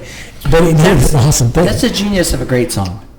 A really great song will carry over all of that. You know what I mean? Like, this guy does a punk version, it's awesome. This guy does a country version, it's awesome. This guy does a pop version, it's awesome, because it's a good song. Right. And it doesn't have to be, we've said this already, it doesn't have to be super technical. It's the most simple thing in the world. It's happy, it's from the heart, simple. You play it in any genre you want, it works. Right. It's fantastic. But so when we had like that music going on, and like, so my dad is a kid from the 60s and was not like, no 80s music. That was all garbage. Right. But like, I felt like growing up, we only had those two areas, right? You had like you had some doo-woppy, like Chuck Berry and stuff like that from the like late 50s. We had the 60s, which was the jungle stuff, and then you had the 70s were like, I don't know, there was a lot of like, weird Barry Manilow-y kind of stuff that was from the 70s. I love the grassroots. There's all the 70s had all the great guitar jams, like the Thin Lizzy, and you know what I mean? Like, there's a lot of great classic. But then we had the 80s, and that was it. Like, my kids have all of that, and the 90s, and the 2000s, and the 2010s. Like, there's such a wide variety now. I mean, I started collecting vinyl, and I regret it almost. It's like, what am I going to do? Like, I have 120 albums out there, and I have nothing. Have you gotten to the point yet where you own multiple copies of the same thing because they're on different colored vinyl? No. Yeah, no. That's where I am. And I'm this one's yellow. Same record. I actually am kind of like trying to even curtail it to, I have some old vinyl that I like found that I like, but the new vinyl, the 180 grain, heavier, it's so much better. Yep. And it's so much more durable and everything else that I'm not looking for old vinyl anymore. And some stuff I'm going to have to, right, because some's not remade. I was in a record shop in Bradley down here and found a Grassroots album that I don't know. I've played it for a bunch of people because I don't know if everybody knows this, but like my dad had this on a cassette tape. Yeah. So I know every song on here all the way through. For the longest time, I wouldn't listen to the Beatles on anything but vinyl because that's what I grew up on, and to listen to it on the CD didn't have that crack and fizzle. It didn't have the personality, and I just couldn't do it. I was told Prince says his music is meant to be listened to on vinyl. I'm the youngest of 6. I have 5 older sisters. So when I started getting into rock, so like I listened to what they listened to. I remember my sister used to drive me, when I was in 5th grade, she'd drive me to school every day, and she was listening to High Infidelity by R.E.O. Speedwagon. I was in 5th grade. I didn't have any music taste. That's what I heard. I thought it was great. You know what I mean? Cool.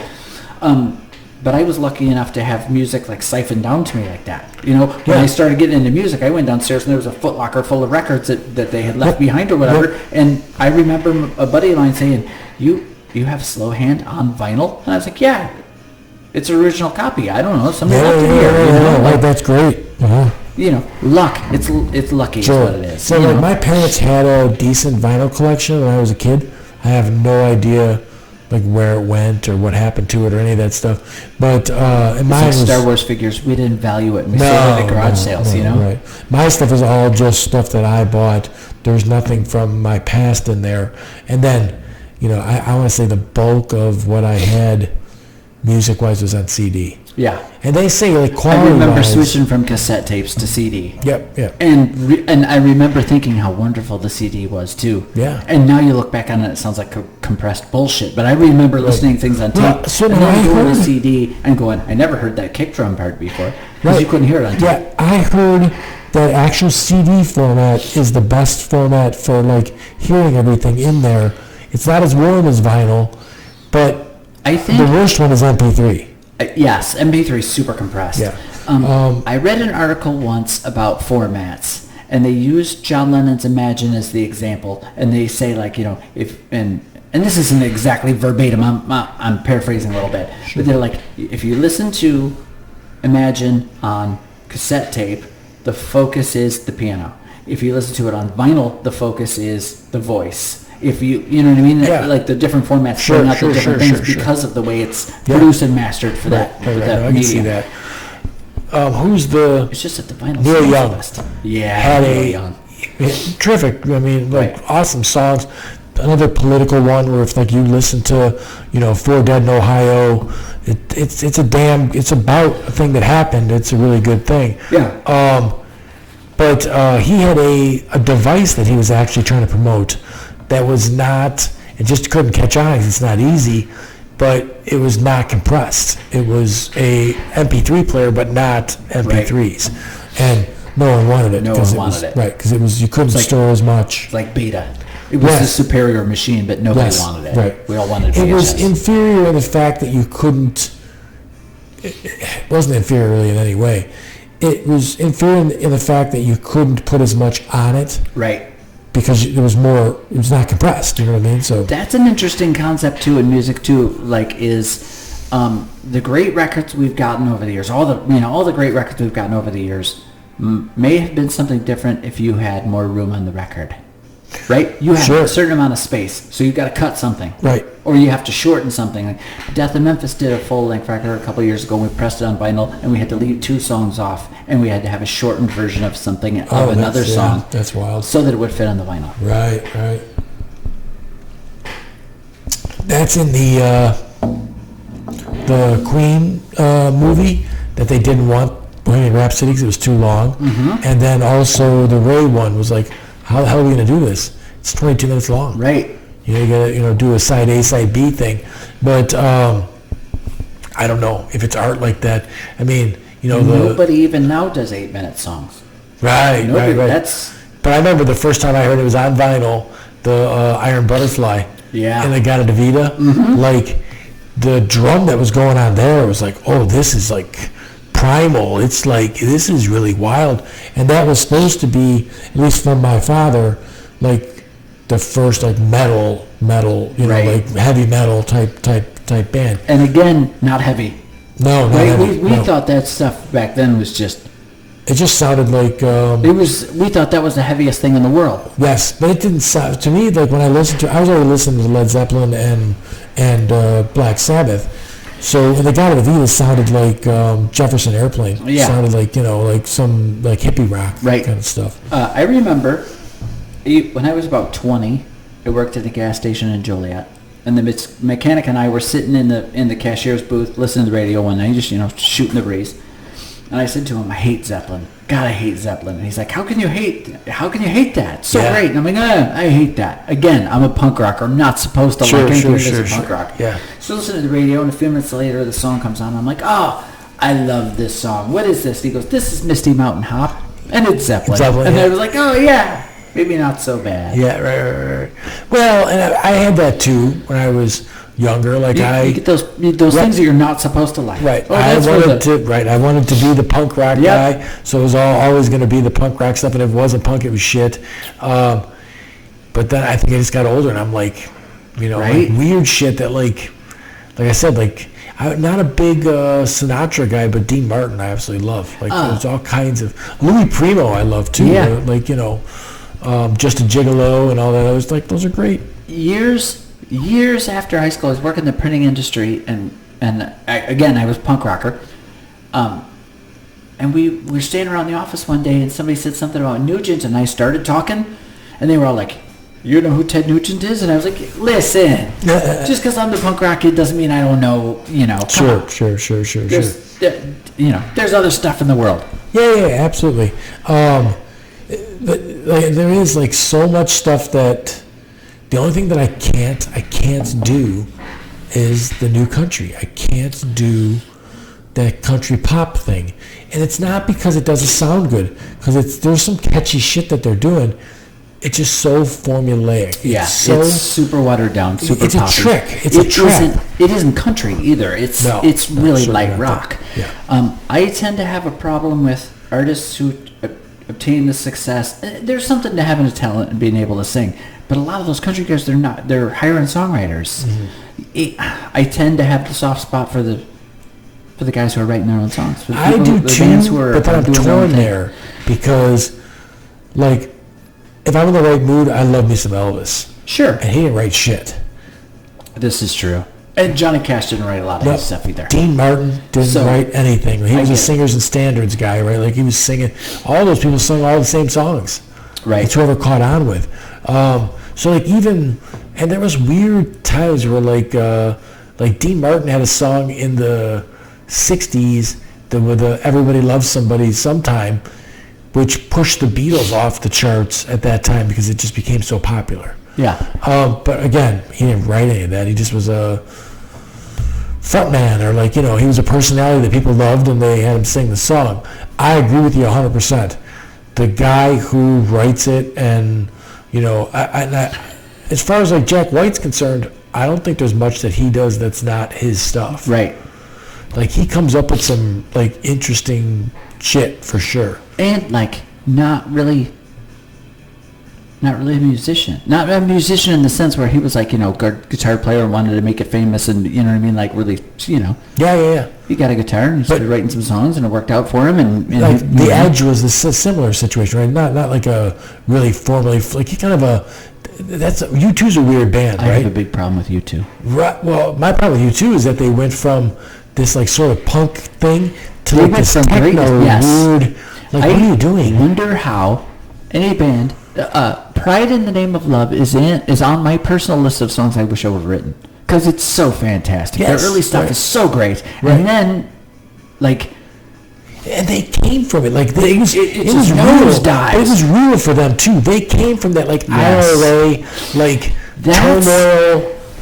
That's a big thing. That's a big thing in music that is interesting to me. A band's freshman album is really fantastic because they've had their whole lives to write it and they've suffered. Yeah, and then their sophomore album is usually not so great because the label is going. They're caught between the rock and the hard place. The label's going, we want a record, we want it now. And the band is going, okay, can't be the same thing we just did, but if it's too different, everybody's going to hate it. Yeah, right. So there's this immense pressure for the sophomore effort. Right, really, you should go in the studio and record 2 albums at once. And some stuff is, it's sorry to say it, but like Bono's son is lead singer in a band right now. I didn't know that. Yeah, he's got some stuff that I hear on the radio. And then his daughter is an actress in something like that's out right now too. And like, listen, I'm not here to like begrudge anyone anything, but like you cheapen it when it's that way, right? Like, I mean, it's not that impressive if it's just who you know, not what you know. So I was going to say a minute ago, like, oh, that's really coincidental. Dad's got a ton of money and he's, famous person. And well, look at like Nancy Sinatra, right? Right. And I mean, she didn't write it again, but like These Boots Are Made for Walking, it's a great song. Mm-hmm. Like whoever came with, I was talking with, when I talked with Brett, we talked about this documentary called The Wrecking Crew.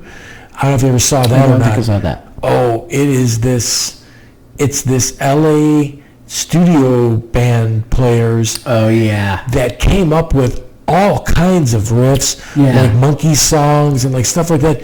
Like just, she's like, well, they had this thing and it was like thump, thump, thump, thump. And she's like, I thought more like bump it up. And I'm like, oh, that's that song. Yeah. So like this woman, like they gets no credit for it or anything. Came up with it. A lot of the Beach Boys stuff, like it was all studio band stuff. Yes. And then they put the regular Beach Boys. I don't know if it's the same one or not, but there's a group of Motown guys. There's a documentary about this group of Motown guys and how they developed the Motown sound, and they played on pretty much every record, and nobody knows who the hell they are. Right. No, that's a different one, but it's same situation. Did you know? I heard recently. I don't know if you've heard this before. That Boston record that's so great. It's got like the flying spaceship guitars. Yeah. Okay, so Boston was not a band. It was this one guy, and he built the studio in his basement, and he started recording stuff, and he got signed, and they're like, okay, you're going to need a band, and you're going to need to come out to Los Angeles and record. And he said to his manager, I'm not recording anything in Los Angeles. Can't be done there. It's got to be done in the studio that I've built to record this music. Right. And so that Boston record is him in his basement. His manager lied. So yeah, they're in the studio in Los Angeles, and things are going great. Right. And he did it at home, like in Ohio, wherever it was, in his own basement. Played everything except for the vocal, that whole record. It's like this one dude sitting in his basement. Wrote the whole thing. Yeah, I mean, probably wouldn't have been great had they gone to a studio and like done it labels way. Right. It's amazing that you could have, like, that was a certain sound that they were, right. That he was trying to have. And it's here. It's in his head. Right. And you know what I mean? Like, he's probably going, I got to record this song because it's in my head and I understand what's going on. I can't communicate it to you in a studio somewhere else. Like, yeah. You would think that if you had, it's like all the one-hit wonders, right? Like, if you got that hit, that would be a easy ticket to more hits. Because you've already got an audience now. You got some money in your pocket. I mean, like, Spirit in the Sky and stuff like that were big, huge hits for the song. You know what I noticed about the one-hit wonders is their big hits are usually absolutely nothing like what they really do. Sure. Like a million times in my life I've heard a song and bought the record and it's, I like that one.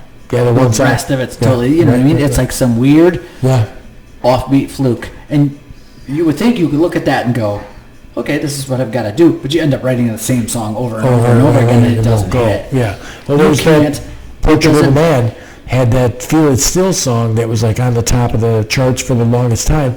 And then they came out with another one after that. It was okay. It wasn't, as good. Like there's a magic to it. Don't worry, be happy. It had the right message. It had the right feel. It had the right catchiness. It was a monster hit. That's the end of that. There's songs that I absolutely love, and I like the way that it sounds. I like Can't Heat. Yeah. Going Up the Country is terrific, but I don't really know any other Can't Heat songs. Right. What happened? You know what I mean? Like you should have more than that. Well, the records too. Like, how many albums have you bought in your life for some silly reason? Like the first album by Weezer, the Blue Album, I bought strictly based on the fact that it was produced by Rick Ocasek. Oh, really? Yeah. Wow. And I Weezer. The Weezer's got a bunch of songs that I could. Yeah. I mean, there's a whole mess of they redid that Toto song. Yeah, they did a whole album of covers. Yeah, right. Yeah. And so the Sweater. And they're one of those bands that can do a record and tour for it and disappear for 3 or 4 years and then do a record and you know what I mean? It's just recurring. Yeah. It's one of the things. I'm a big Green Day fan. A Green Day, sure. I'm not such a big Green Day fan that I'll tell you that everything they did is great because they've done some stuff that sucks. But they've hit that big album 3 or 4 times now. Yeah. Like Dookie was huge. American Idiot. They do a couple records, and American Idiot is that doesn't happen to bands American anymore. Idiot. That's a great song because of what he's saying in the song too. And I think there's a lot of people, and it's a shame that don't. They like the song because what they're hearing, but they're not they're not listening. The message. They're not connecting to it. They're not. And it's man, if you just listen to what he's saying, there's a lot going on. I mean, the Police song, that Don't Stand So Close to Me and stuff like that. If you're not paying attention to what he's saying, then you're not getting it. I'm gonna tie back in the one-hit wonder, and I'm gonna tie in on this point that we're talking about right now. Your Love by The Outfield. Everybody loves that song. Yeah. What a shitty thing to say. That song is about cheating on your wife, dude. And everybody loves that song. It was a monster hit. Right. He's cheating on his wife. Yeah. Right. Yeah. And we don't, you know what I mean? Until you say it, nobody thinks about it. No, right. No, for sure. I also find interesting the way you can twist songs into being something that they're not. Yes. And my example for that is the Bon Jovi song. Tommy used to work on the docks. He's been on strike. Yeah. I always like to tell people, that song leads you to believe that Gina is a waitress. But she's not a waitress. She's a hooker. And they're like, what? And I'm like, she works the diner all day. Working for her man, she brings home her pay for love. Yes, right. See what I mean? And it's not that way. Well, she's a waitress, but you can twist it, and you can make a pretty John good case. Mellencamp, Little Pink Houses. Yeah. It's not a good... It's a bad situation. But American Girl by Tom Petty. Not a good situation. She was screwed up. Bruce Springsteen's Born in America. Yeah. Not good. And what's the other one? There's another Bruce Springsteen song, My Hometown. That is, it's terrible. Everything's run down and but it's they don't seem to pick it up. I don't know what's the John Cougar Mellencamp hits though are, and I know people who will make fun of me for saying this, but Hurts So Good. I can't help but sing along to Hurts So Good in that voice, that gravelly voice. I tear the shit out of my throat every time doing it because it's so much fun. That's Jack and Diane. Jack and Diane There was a country song a few years ago during the pandemic. There was a country song, and it was a follow-up to Jack and Diane. And they used the hook, and he told a new story about them. And I was like, this is the most unnecessary thing ever. John Cougar Mellencamp managed to tell us what we needed to know about Jack and Diane's life after high school in one sentence. You wrote a whole song about it. It sucks. Yes. We don't need this. There was one that I was horrified when I heard it. The Major Tom, and somebody else wrote a song about Major Tom. Yeah. But like, and the two were hits, but like, it was weird that you took a Bowie song and you made another song with the same character. Yeah. Like, what, you know what I mean? During the summer, every year, I play in this this band with some friends of mine, Kevin and Jack. They used to be in this punk rock band in Chicago called Flea Circus. Every year, Kevin throws this big party at his house, and he has a taco truck come, and we eat tacos, and the band learns songs, and we play for everybody. Yeah. And we did Major Tom a couple of years ago. It's like 4 or 5 years ago. Yeah. And I kept making the joke, he dies, he's dead. Yeah. And we're like, no, he's floating around, and it was like the big joke. Right. It's like, that's stuff nobody talks about too. Like, that's sad. Didn't work out. He went to space and it didn't work out for him, and it's sad. There's some stuff that I felt like I shouldn't like, but then I grew to like it a lot. Are we talking about guilty Jack pleasures? Johnson. Jack Johnson's fun. Oh, it is. It's absolutely fun, and he is so prolific with, like, he writes and writes and writes and writes. There's a ton of Jack Johnson music in a short period of time, and he's got good stories and all that stuff. With Brett, we were talking about that songs that really hit you somewhere where it's like that Gautier song, Someone I Used to Know. Like, it is something, when I heard it, I'm like, that is a feeling I've had every time I broke up with somebody. Yeah. And I just didn't. The albums that you buy and you listen to and you're like, are you spying on me? Have you been watching me? Because like, this just so right on. So right on. Yeah. Or the songs that you find at the right moment in your life. Sure. When I was going through my divorce, I was listening to Boys and Girls in America by the Hold Steady. And then they followed that record up with Stay Positive. And just the messages on both those records, they were like the soundtrack of that transition of my life. Like, I just found it at the right time. Sure. And it's crazy, the records, like the Naked Ray Gun records over my life that are soundtracks to, you know what I mean? Oh, yeah. I'm depressed. I go to this. Sure. Like, this is going to pull me right out of it. It's this record right here. There are definitely also albums. That's a lost art too, right? Because now everything's on Spotify. Like, I used to put together an album, and the album was in a certain sequence and everything else. I remember buying records, coming home from the record store, and sitting down with the liner notes and experiencing the record and reading the thank yous and the lyrics and experiencing the whole thing. Yep. And now we're the attention deficit generation, and we're back to singles. We're back to the Chuck Berry era of one song at a time. Yep. And if we don't like it in the first 30 seconds, we turn it off. Yep. We hit the button and we're on to the next thing. Yeah. I mean, I use the Amazon thing, and it's always next song. It is really nice to be able to say, hey Siri, play this at any given moment. Yeah. Because pretty much everything is on there. It is. That's why my collecting vinyl is just so dumb. But it's so inconvenient. I'm going to argue this one because I still love it. I do too. And I'm at the point where I own 3-4 copies of the same record because they're different colors. I'm in deep. And I'm gonna get there. I mean, like, I can't stop going online and buying more albums. Right. But to me, it's like I could just go down that wormhole. I could easily buy 50 albums tomorrow and not have anything duplicated. But it's so much more difficult than just playing it, like telling the frickin' Echo thing to play it right now, and it just plays it. So it's like, it's so incredibly convenient, but you don't get that situation of like going over the record player and putting it on. Well, not just that, you don't get like, so I got a 22-year-old son that we have a relationship where we get along like amazing. Like, I mean, if we start talking at dinner, it could be 3 o'clock in the morning and we're still talking. And I was showing him like albums. Like, listen, the album is important too because it's got this album art.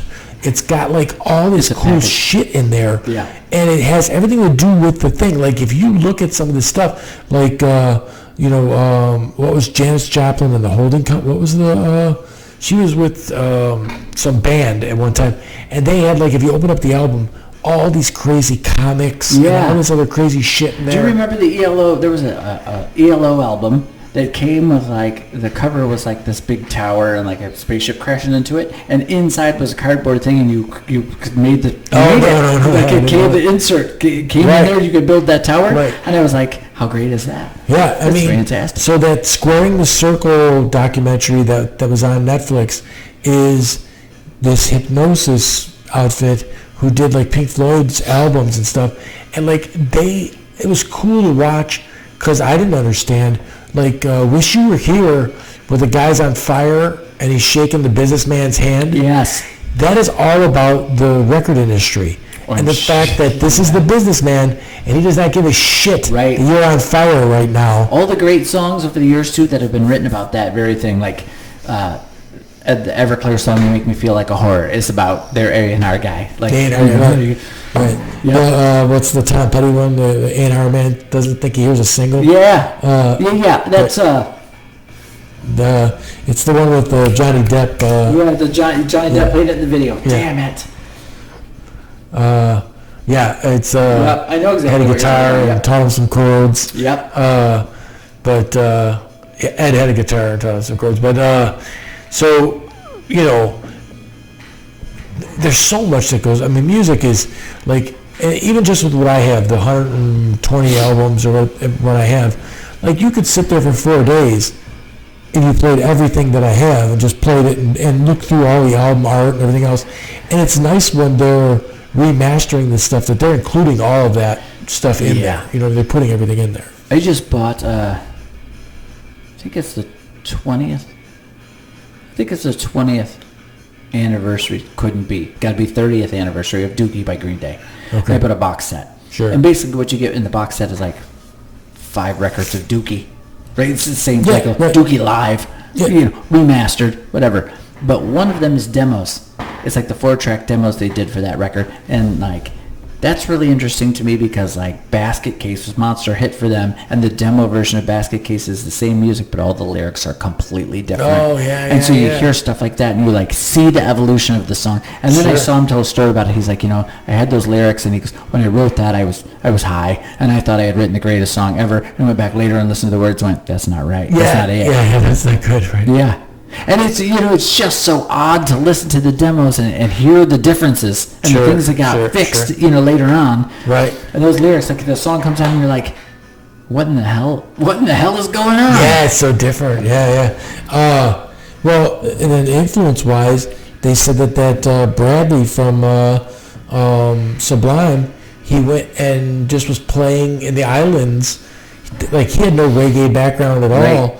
And then he picked it up because he was just playing like in clubs, like shitty ones, like hotels and stuff, where he was just to play reggae beats and stuff. And he picked up on it. And then when he did that one really good Sublime album, there's a bunch of reggae beats in there, and it's like he picked up that influence. Yep. If you weren't in the right place at the right time, you would have never had that. Yeah, and the relationships in music, like there's been a million times where I've written a song. And I'm like, okay, it goes like this. And because you've got other people in the mix, the song suddenly, like shifts into a totally different feel than what was in my head originally. Like, it's still the same music, but it's got a different feel, and it morphs into something else because of... You almost wonder what was lost. Sometimes. Yeah. I mean, sometimes. I remember like that when that INXS song came out that was like with the... like they had that little thing in there. And it was just like, that's the catch. Yep. That's the hook right there. That's it. Like, if you didn't have that song goes nowhere. Right, it doesn't go anywhere. Yeah, I know. So, I mean, but it's really wild to have... I think when I was younger, I had, like, more of a narrow taste. Oh, yeah, definitely. So did I. And then when I got older, I'm like, man, I can listen to me some Bob Dylan. I can listen to System of a Down. Yep. It's just all over the place. And it's not even... there's things right now that I don't want to listen to. It's the only good part of growing up. I guess. But like, if I go out somewhere, I went to, I saw, and they were actually pretty damn good. and I don't know why I have this guitar pick, but Blackened is a Metallica they're cover Metallica band. tribute band. Yeah, and they're pretty good. Like, they put on a pretty good show for what. And I haven't listened to Metallica in quite a while, but like, I miss this music. It's terrific. And with a band AC/DC, like that, same thing. You have it at your disposal. You know what I mean? Like AC/DC tours every, they're old. They tour every 10 years, whatever they can. Yeah. You get these tribute bands doing a damn good job presenting the music. You see them on a Saturday night. Yeah, right. Yeah, Hey. it's good. It's good. I mean, and live music is always good. It's always good to go see somebody actually play something, sort of a thing. It's like a really super weird thing when you think about it. Like I think about live music, and I think this is really so odd because you see that meme on Facebook, and it's like, musician is someone who loads $5,000 worth of gear into a $500 car and drives 50 miles to make $5. And that's true, right? Yeah. And you see that meme and you laugh, and I think about doing live music in my life, and I go, why do you do this? Because really, you got $5,000, you're hauling $5,000 worth of stuff out every night, and you just come to the realization that that's who you are and that's what makes you happy. So, you know what I mean? Like, there's dudes who build race cars. There's dudes who go on trips and they fish. And, it's the same thing. Yes. It's the same thing. Well, there was an interview with Kiss, and they were like, you don't understand, we're like nerdy Jewish dudes, and this is the only way we're going to get laid. It was like, how are we going to do this? Well, there are a lot of. I was a big muskie fisherman, and someone would see a picture of me holding this like 45-inch fish or 48-inch fish. You're like, oh man, I want to get into that. And I would look at them and go, don't do it. Yeah, right. Don't do it. It's like the dudes that I know that race cars are like, oh yeah, blew up an engine. Yeah, right. I'm like, how do you afford that? And they're like, how do you afford what you do? I'm like, okay, fair enough. I'm just going to spend that money on that dumb thing. Yeah. But that's the record thing too. Like, I mean, each one of the albums I got out there, they range from, $21 to $35 or $40 an album. And have you spent $100 on a record yet? I don't. Oh well, the Tom Petty one was like $180 for that box set. You know what I mean, for that. So yeah, I mean, there's a couple of them out there that I've sought out stuff that's out of print, or like I wanted the original pressing of, or whatever. And I was like, and I'm sure I've got friends that will laugh at me for this, but like, $100 on a record, that's nothing. Yeah, right. You know what I mean? But like $100. The crying shame is that you can just pick it on Spotify. You could just have them play the Wildflowers. Yep. Like, you can play that right now for the $7 a month or whatever you're doing. There's something about possession, though. You know what I mean? Like, I own that. There is. That's because my taste is so great that I bought that record. I told my son, I said, like, you're the only one that takes an interest in this. I go, I'm going to keep collecting these albums and stuff like that, and then someday you're going to have to replace for for hopefully 600-700 albums. Yeah. Because, that's where it's going. But, like, I want to be able to, like, I want to be able to go to a shelf and get what I want and just play it. Yep. And I don't know, like, post-apocalyptic or whatever would happen, but if Spotify ever goes down, still got the stuff. I could still go out there and just play my album, what I mean, that I want to play. Ariel and I lived in Evanston. When I met Ariel, she lived in Evanston, and her youngest was still in high school, so we lived there for about 4 years until he was done, and we moved into my house in Joliet. When we moved into the house, the first thing I bought was an old hi-fi. And it's a reel-to-reel on one side and a record player on the other, and it works. And I remember ringing it home and going, you're a dumbass. You spent money on that. You're never going to use this thing. You're never going to use it. Right. And now we have records all over the place, and it's like... It's like a happy thing in our house. Like, you put a record on and listen to that, get up and flip it over, and my kids will say to me, hey, I need Christmas ideas, and I'll send them some record. Here, buy me this record. That's perfect. It's not too much money for you. It's something I'll enjoy. It's easy. Right. There you go. And some people are like, well, I like that it's got the crackle and stuff like that. The brand new vinyl doesn't have any crackle. Just plays the damn song. It's real nice. And there is a warmer feeling to that song than it is off CD or off of a tape or something like that. Yeah. But so yeah, I mean, I like I said, it's I like things that are smart. Like, that's why I want to switch to an EV, because it's just a smarter thing. Like, when we went out and test drove that stuff, I can't test drive cars. because they don't come with hand controls at the dealership when you test drive. So I bring my son and we go, and it is just, you're driving spaceships. It's just a totally different thing that you're doing. Oh yeah. This thing right here. Got that, right. The phone. Yeah. I mean, do you remember? My parents had. We all had the phone mounted to the wall, right? We had the super long cord. Yeah. My dad was a chiropractor. He had a home office. So we were the only people I knew. The only people I knew anywhere that had two lines of the phone. Yeah, the line would ring, and you'd sure. pull up this little thumbtack thing on top of the phone and hang up and pick it back up, and you'd be on the other line. The other line, right. And all my friends thought we were rich. We were like, because we had two lines on the phone. Yeah. And now we're carrying a computer in our pocket. Yeah, you're carrying something. You just take a whole floor of a building at one time, as far as computing processing goes. It blows my mind because my mom was born in Gilman, and they lived on a farm that didn't have indoor plumbing. And she's still alive, and we're carrying computers in our pockets to call each other at any time. Yeah, like some of the stuff that's. I don't really want to live to be 100, but I do either.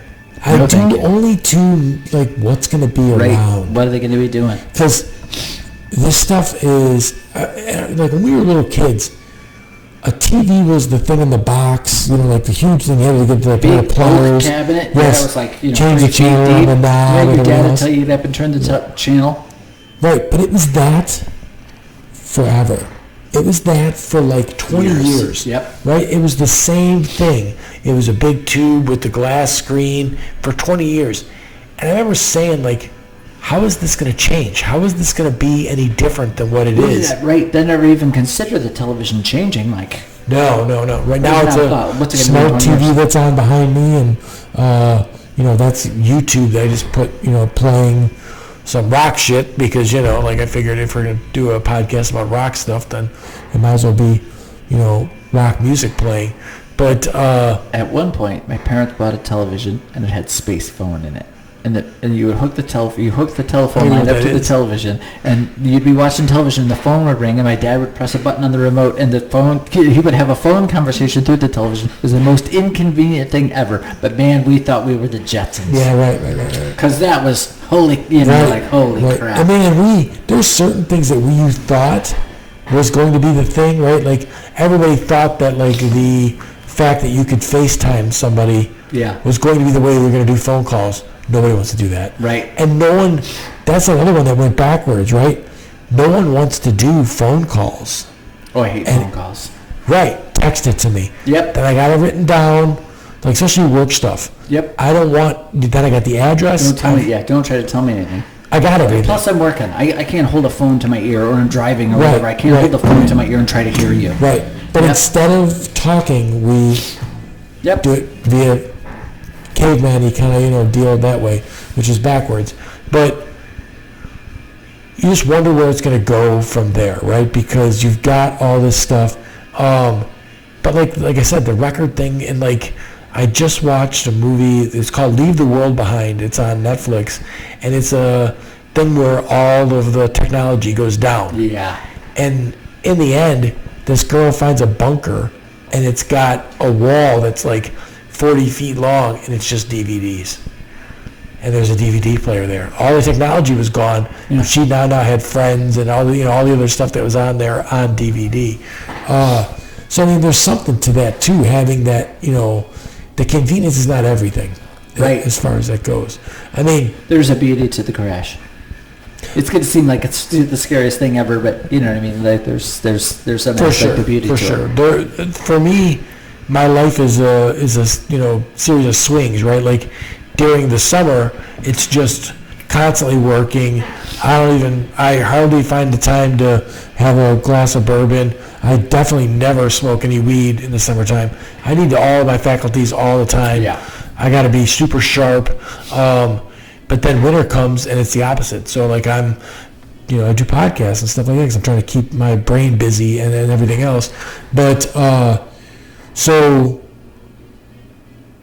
having the old archaic things like that just to sit down and in the wintertime. In the summertime I don't have time for it like at all. Like we have a radio on at the job all the time. We wouldn't think twice about like bringing a record to work. That'd be fucking nuts. The radio's a funny thing too. Like I was thinking about the radio on the way down here because during the winter I drive the Civic, and it's only got a radio. It's got a tape player in it, but I don't have any tapes. Yeah. The radio's annoying as hell, really, to tell you the truth. Like, you posted about the Clash earlier today, and I was listening to the radio, and I'm like, all the radio ever plays is Rock the Casbah, or Should I Stay or Should I Go? Yeah. And the Clash has this entire catalog, and that's it. The radio's still only focused on these two songs. I would disagree. XRT will play... Okay. London's Calling. Fair enough. They'll play Lost in the Supermarket, The Clampdown. There you go. I mean, you're not going to hear any deep cuts like that unless, here's one, Thanksgiving. I'm headed over to my aunt's, and I didn't have the radio on in the house. I listen to XRT pretty much all day at work, because it's got a good balance of, like, you can hear some older rock stuff and some Weezer and some Cage Elephant. So there's some newer stuff in there too.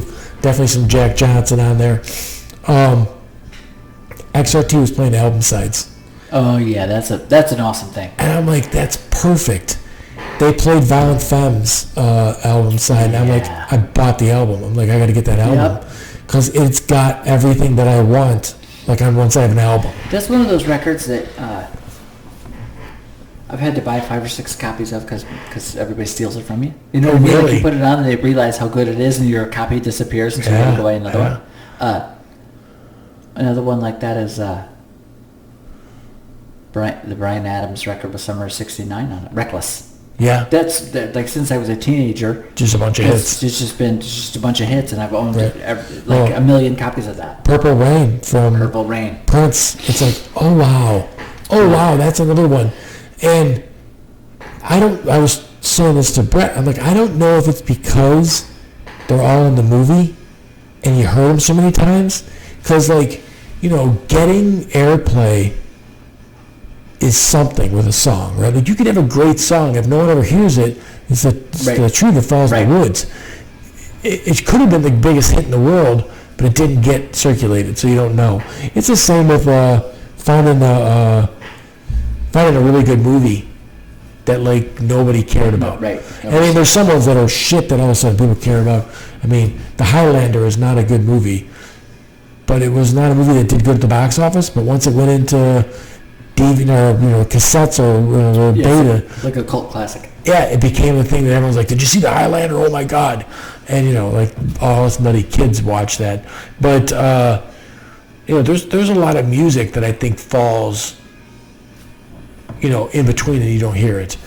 Some stuff like when we used to listen to albums, you would hear those songs and be like, oh, I love that song. But if I like that Sublime album, there's not a song on there that I don't like because I've listened to the whole album so many times. Those perfect albums. Yeah, those are the perfect albums. Wildflowers, every song on the regular album, the CD that I used to play that thing constantly. Like, I mean, that's another thing that music does. It brings me right back to the place where I used to listen to that. Time travel. Yes. Yeah. Like, I mean... There's a song for every emotion. There's a song for every memory. There's a song for, I need to be picked up. I need to be brought down. I need to, you know what I mean? Like, I need to feel like I'm understood. There's a scene in, I posted on it, but no one seemed to pick up on it, in Jerry Maguire, where he finally signs the guy, and he's in the car, and he's like, I got to find a song to scream to because I'm so happy that I've got this sale now. Yeah. And Free Falling is what he ends up, finding. And that's an emotion that's right. You're so happy. Same thing like, the first time you go out with the first date with a girl and you're like, yeah, that's going to work out. Like I need a song to like be really, really happy about this situation. Soundtrack to life. Yeah, right. I mean, and there's songs that like you hear that you remember exactly where you were when you hear it, or when you heard it first, or when it hit for you first. You know what I mean? Like I remember driving home from work one night. I hated my job so much that there was like a blizzard going on, and they're like, "Oh, we rent you a hotel room not far from here." I'm like, "Oh fuck no, I'm going home." Yeah. And I was driving through this blizzard, and I heard this whole Steady song, and now every single time that song comes on, I'm like in this blizzard, like driving home like 5 miles an hour in this blizzard. Well, you were talking about that gun to the Appetite for Destruction. It's funny that you were saying it the way you were saying, because it came to me almost the exact same way. My buddy Eric, like I remember him like just getting this album out, and he's like, "You gotta listen to this, man." Like, I got it from this other guy. Like, it was not something that we heard on the radio or picked up that way. We picked it up because it was undeniably an amazing album. Like, I don't think they had the backing that other people had, but it was so good that it got passed person to person. Yeah. There was one that got passed to me, Wet Leg. I'm surprised that you don't know. Veronica went to the party. She brought a laser gun and obliterated everybody. I missed this one somehow. It's a great song, and it's like a really punk thing. I think I played a little bit of it. You know what's funny to me is I had this friend in high school, and he was a huge metalhead, and he would come into lunch every day and he would say to me, "Hey, you got to listen to Naked Ray Gun. You're going to love Naked Ray Gun." And I was like, "You're a metalhead, and I'm not taking your opinion, and I'm not listening to this, you know." And he would come into the library and he would draw this, like every day, draw the same picture. He's like, draw this beach with all these dead bodies all over the place, and they would write "Surf Combat, Naked Ray Gun" at the top. And I'm like, I'm not totally not doing this. You know what I mean? And then I finally heard Naked Ray Gun, and I was like, this is the greatest thing I've ever heard in my life ever. Right. And, because it came from this source that I didn't entirely trust, I couldn't, find it any sooner. If you're taking a trip with your I friends, gotta do the stupid ad why thing. pay for 4 hotel rooms to stay apart from your friends?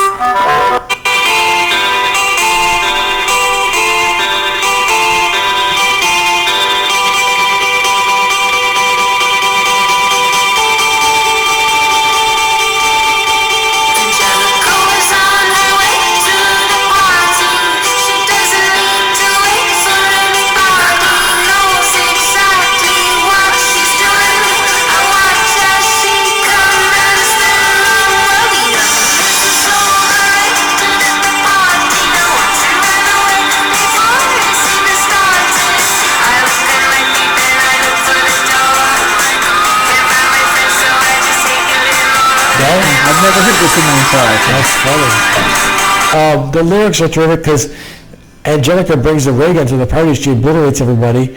They didn't want to come there because they just came there because they thought there was free beer. And it's like, I don't want to listen to your band on the gram. But like, so it's got this. They got one called Chase Lounge. But like, the look of it and stuff too is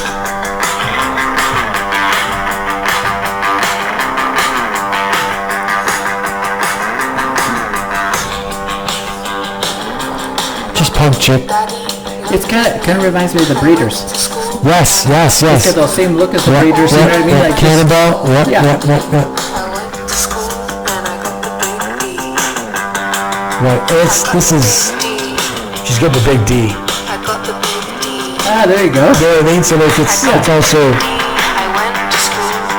what you call it. So yeah, it's just something that somebody passed around, and I was like, that's pretty damn cool. Now that Angelica song's on XRT all the time, but like I like shit that someone says, "Hey, just check this out," and then it becomes something. Like right. I mean, obviously, Appetite for Destruction became huge.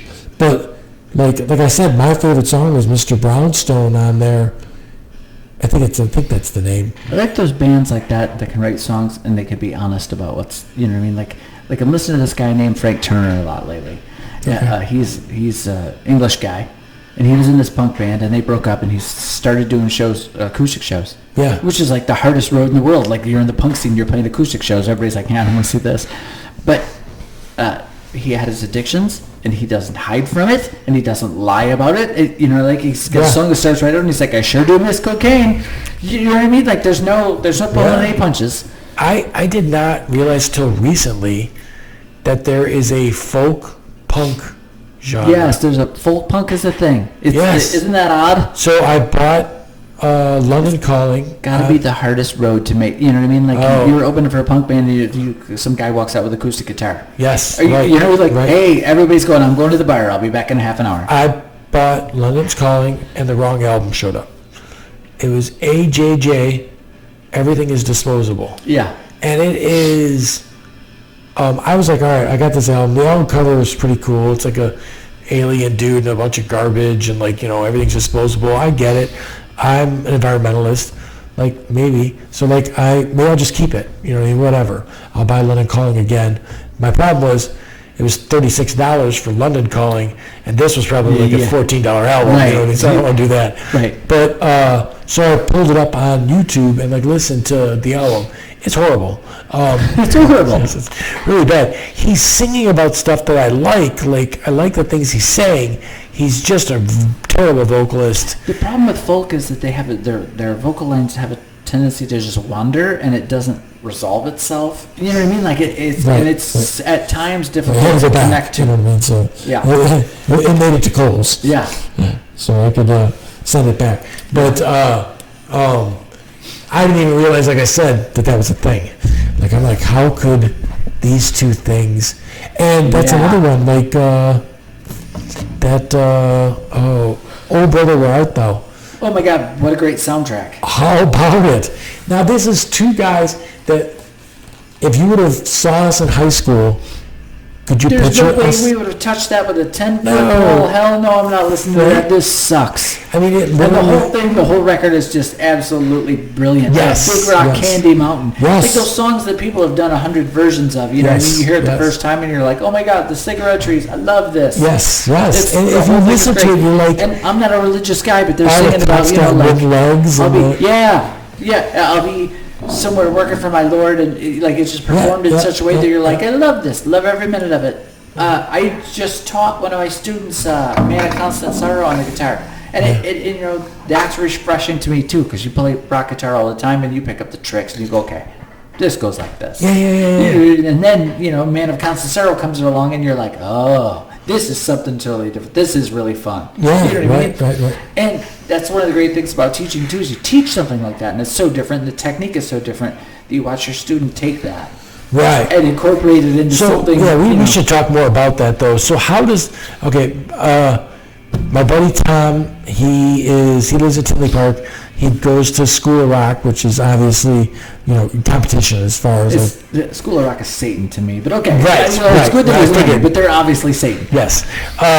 So he didn't pick up a guitar till he was 46. Good for him. And now... not good for him that he waited that long, but good for him that he did it. Now he's in a band. Like, they're playing gigs at places. They're just a cover band, playing cover songs. But, he loves it. And so my question is, once you teach, I'm sure there's always something that you can learn. Like, you're probably still learning things now. Yeah. But is it stuff that you're learning at this point that you don't need someone to teach you? That you're like, oh, I just hear this and I see what he's doing. Sometimes. It all depends on how you perceive things, because I'm more of a visual person than I am an audio person, which I think is strange for a musician. But, going back to what you just said, like if a song comes on the radio, I don't go, oh yeah, that's G, F sharp, C, you know what I mean? I'll just hear it. Okay, sure. But there are plenty of times where I go to shows and I come home and pick up my guitar and I start playing the songs. And you're like, oh, how do you know that? Well, because I watched them and I saw the pattern, you know what I mean? And there's a lot of times in teaching music where I'll say to my student, oh, it's one of these moves. You know what I mean? There's lots of common things. Yeah. There's lots of... So when you're teaching, because you're teaching all age groups, right? There's adults that come, and then there's kids that come. Is there a certain point where it's like, all right, man, like you're on your own now? Yes. Yeah. And it all depends on the student, how long that takes. But I've had several students go, we've both kind of gone, okay. Go back, if you want to continue lessons, you need to find a different teacher and who has a different perspective. You know what I mean? Because I've told you everything that. So anybody that you've had contact with go on to anything bigger? Oh yeah, like a lot of my kids have started their own bands and write their own songs, and lots of. And now there's so many avenues for that, right? Where you can be on. You can do the social media thing, and you can be writing songs for podcast themes and all the other stuff that's out there now, where you can make all your own stuff. So I don't know. I haven't talked to Tom about that part, because now it's just like, hey, when he's got a gig, like we'll go listen to him, play and stuff. And it's fun. It's just great. And for him, it's just like something that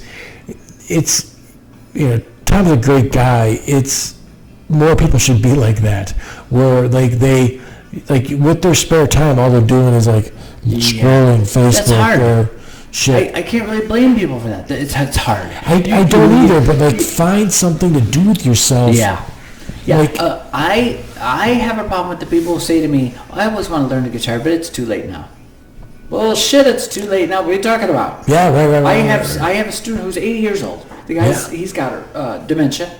He's early stages of dementia, and he'll come in. He comes in every week, and he could be a student for the rest of the time, and he can forget what you taught him. Dude, I'm not joking. It's true. I have a stack of about 7 songs. We play the same 7 songs every week, and every week he says, like, I'll get out San Francisco Bay Blues by Bob Dylan. I'll put the sheet up on the stand, and I'll go, I don't think I've ever played this before, but I'll give it a try. Oh. I kind of feel bad though too. But you put the sheet of music up on the stand, and he looks at it, goes and plays it.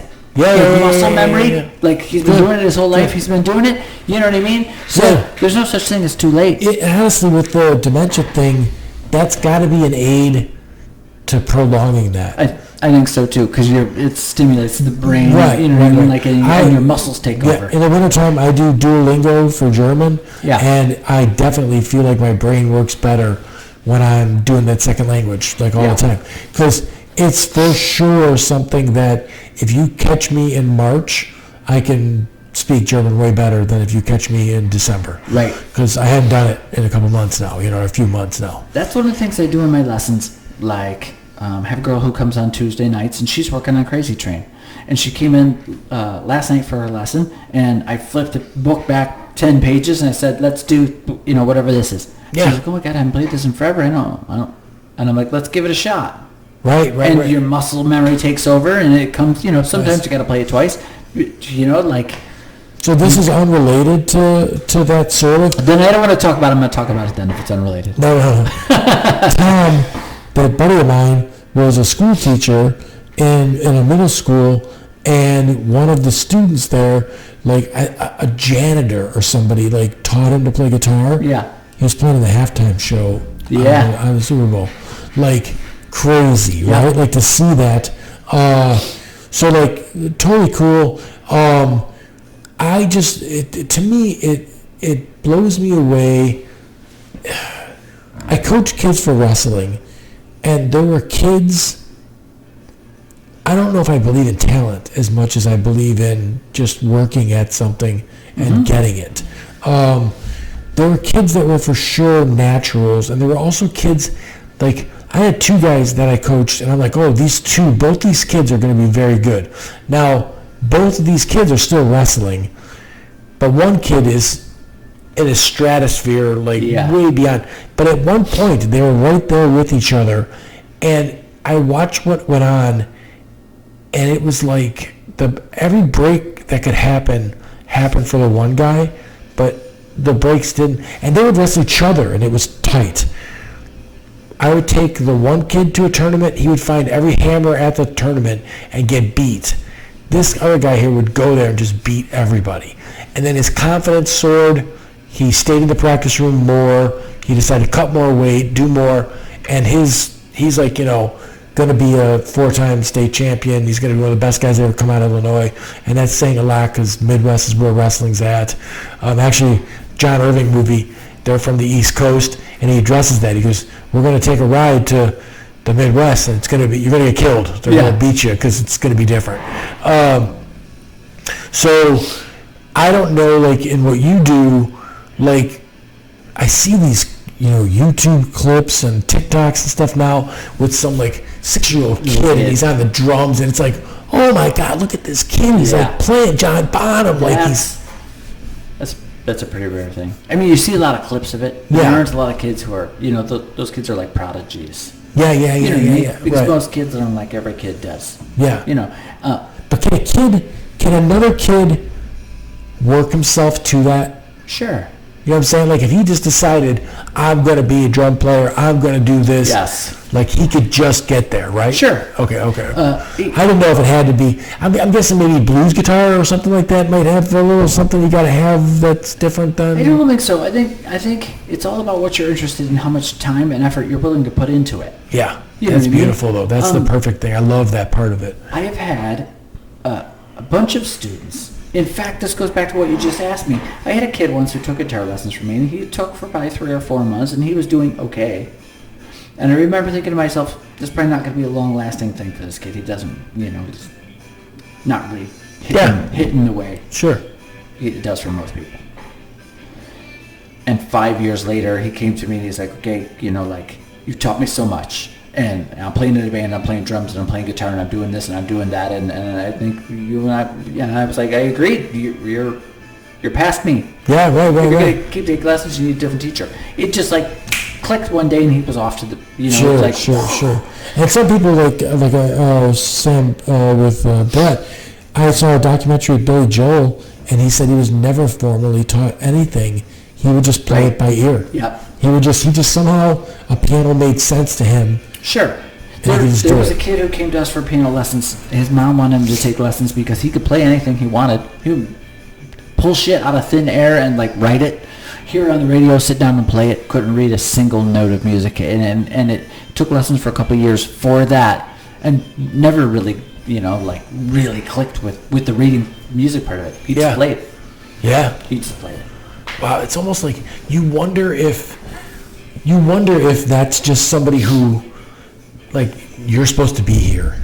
Right. You're supposed to be here, and you're supposed to do this, and you give out a purpose, and you know what I mean? Yeah. Because I took guitar lessons when I was a little kid, and I learned how to play Mary Has a Little Lamb, and all the little, Twinkle Twinkle Little Star, and all the stuff like that. All the shit that nobody wants to learn. Yes. But I never got to a point where I this totally makes sense. And here's the thing too. Here's the mistake that a lot of parents make.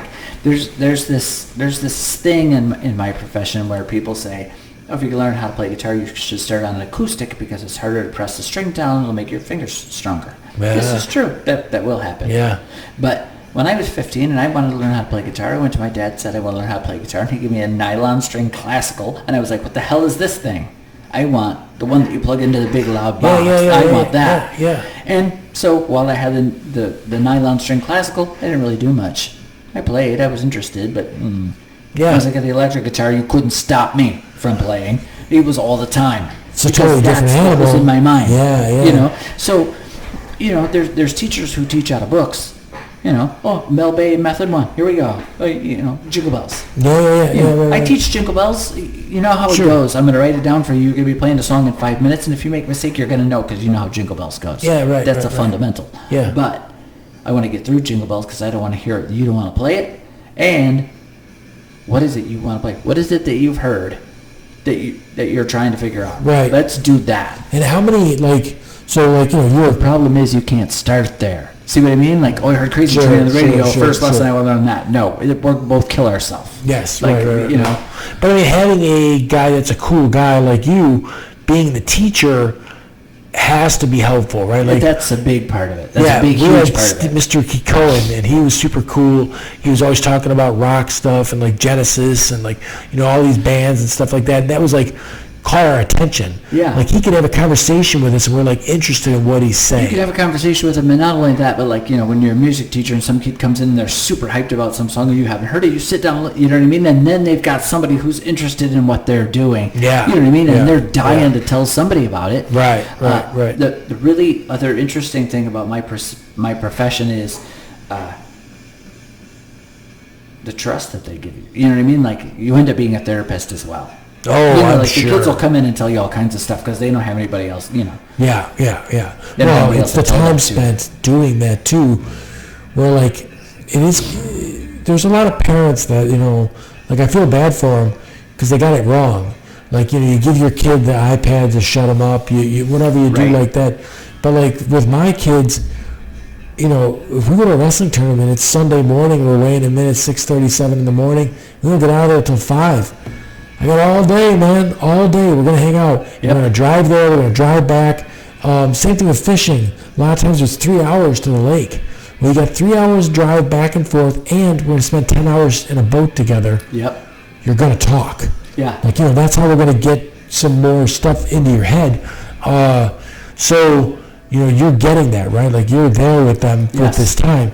I'm sure you become like a, confidant, someone that's...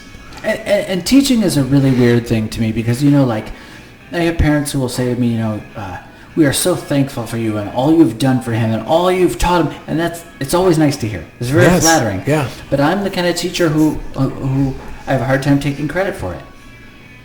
I told him, I wrote it down on a piece of paper, I explained it to him, and he did it. But if he doesn't do it, I'm not such a wonderful teacher that he's going to get it. If he doesn't do, you know what I mean? Yeah, you don't put in, you're not getting it. No, right. I can talk to the wall. Sure, you know what I mean? Sure. So I have a hard time taking credit for stuff. So for teaching, you know what I mean? Yeah, right. But, and teaching is I think there's I don't know if it's a talent or it's aptitude. a patience gift. Yeah, or an aptitude or something like that. Because I've had bad teachers. Oh, yeah. That no matter what they say, it's not going in. I don't get it. There was somebody somebody was in fine tunes last week, and he was saying, my daughter's got this choir teacher, and she doesn't like her. Not the kid doesn't like the teacher. The teacher doesn't like the kid. Yeah. And I was like, listen, if you're a teacher and you've got students that you don't like and you're like, withholding opportunities or giving them a hard time or whatever because you don't like them, you need a different position. Yeah, right. Because you're supposed to be there for the kids. And you're supposed to be helping them out. The really cool thing about music, too, is it's an avenue to cool. Sure it is. Do you know what I mean? Like, you don't need to be... It's so, like, I love wrestling because it's the most fair sport there is, right? They're going to put you on a mat with a guy that's the same age, same size. You're evenly matched. You're evenly matched all the time. Right. There's no... You're right. Right. If you're a basketball player or a football player, and you're 7 foot... You got an advantage over everybody. It's like the kids that play football in high school. Like they see a big kid walking down the hall, like, guess what? You're going to play football. Yes. Right. Yeah. Where, you could be the dorkiest little bugger in the world, and if you could jam on a guitar, it's a different thing. Yeah. It's like, whoa, that's surprising. One of the guys that I grew up with, this guy Raul, he was crazy smart. We played Dungeons and Dragons, all that stuff, and like you would not have thought in a million years he'd pick up an electric guitar and just play the shit out of it. And I'm like, oh my god, like it's a whole nother facet of cool that you didn't see coming from this guy. So there should be more parents that get their kids pushed in that direction. As far as it goes, I think it's probably an easier on the parents' avenue. Like, I coach 3 nights a week. That's the other thing about sports and music, right? Yeah. When you're in the football team, you go to practice 5 days a week, and you practice for 3 hours a day. Yeah. You're in guitar lessons. You come for half an hour every week, and then it's on you to practice. Yeah, right. You know what I mean? So sure. it's yeah. Parents got to deal with some music in the house. Run it right.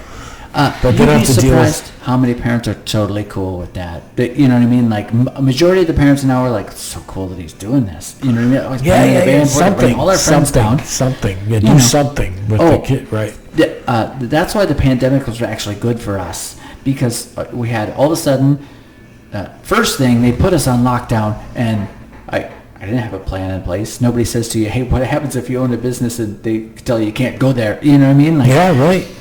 I also knew that I was going to starve to death if I didn't retain some work. So, like, I literally, like, they said, okay, can't leave the house. And I literally texted everybody, said, okay, I'll FaceTime you at regular time. See you then. I didn't give people the option. Mm-hmm. And I found that the longer it went on, more parents came to me and said, hey, this kid's got nothing to do. Do you have time to do 2 lessons a week? Yeah, right. And with Zoom and everything, which, I go back to, it's not as effective, but with Zoom, now I don't get the text, oh, he doesn't have a ride tonight, or we can't make it tonight, because I'll get a message and they'll go, hey, can we Zoom? Right. There's got to be some advantages, though, that are, so, like, I had a special situation where, like, if you see wrestling practice and it's a regular coach, he gets on the floor and he moves your hand and does his thing. Well, being the guy that's in the wheelchair, like, I'm out on the mats and everything else, but you need to take verbal cues from me. Like, you need to understand that your right hand is this one, your left hand is this one. You're going to put the right hand on his elbow and your left hand around his waist, without me coming over there and touching you. For you. Yeah. Right. And guess what? When we're in a match and I give you instructions from the side, you're going to actually be better at this. Right. Because you're doing it this way at practice too. So my kids had that, right? Like, they can take instruction really well because most of like, I taught all three of my kids how to ride a two-wheel bike from a wheelchair. And it took me like a couple days to like think in my head, how am I going to tell them? Because like, my parents did, where they ran behind me and held on to the back of the bike and, and you just pedaled. Yep. And I came up with, the way I'm going to do it is, I'm going to put them on this big long driveway. They're going to put straddle the bike, and they're going to try and take one pedal rotation and put their feet back down. Then they're going to try and do two pedal rotations and put their feet back down. That's the same thing with playing guitar. That's how I learned to play. You go to lessons. My teacher would teach me the song. I would go home, put the record on, and I would play as far as I could until I lost the beat or I screwed something up or whatever. Yeah. I'd move the needle back, and it was a game. It's just a big game. Right. Just like a video game. Days. Like, I got through a thing where I got to jump over it, and I couldn't jump over. Right. You got 7 days. Can you make it all the way through the song? Right. So with the Zoom thing, there had to be something where it was like, hey, you're going to have to actually listen to me because I can't grab your fingers and change it for you. Like, and I'm going to have to listen to them. See what I mean? Because like, they come into lessons and we play a song together. Yep. I'm listening to them, I'm listening to me. We're on Zoom, we can't play together. Now I'm listening to you play. Yeah. Okay, we need to adjust. This is what I'm hearing. We need to adjust this, and we need to adjust this. And there were all kinds of bands that wrote songs together on Zoom. Yeah. On Zoom. And they did those separate. clips. Yeah, right. The Stones had a song that was off of, like, they were in different countries. They wrote a song. I did during lockdown. I'm a shit singer. I can't sing to save my life. But every night after lessons, I would do a clip. You know what I mean? I'd post a video on YouTube. Yeah. Because while sitting at home with nothing to do. Yeah. Do stuff. Hey, right. I can do this. So here we go. Yeah. You know what? Hardship makes for hard people, right? So, like, parents take their kids. Wrestling's a real one for this, because you're looking for a wrestling room that's got a partner in there that's at the same level as your kid, that's right? A good match for your kid, right, sure. Right, so that he gets better in the room. But then parents, they understand that part, but then they don't understand it when it comes to their own work or their own, like, when something's hard, they give up or they quit or they find another avenue. And I'm like, listen, go tackle the hard thing. Because if you get through the hard thing, it's like, real estate, right? Like, sometimes it's up, sometimes it's down. If you're always grinding, when it's up, you're going to do great. When it's down, you're going to do okay. If you just decide, well, I'm not going to touch that while it's shitty, well, you're going to do not that great at all when it's shitty, and then you're going to do okay when it's good. Like, you got to like take it the other way. So, same thing with your stuff. If you, like what you did, you figured out a way to get it done, and that translated into more work when it got better.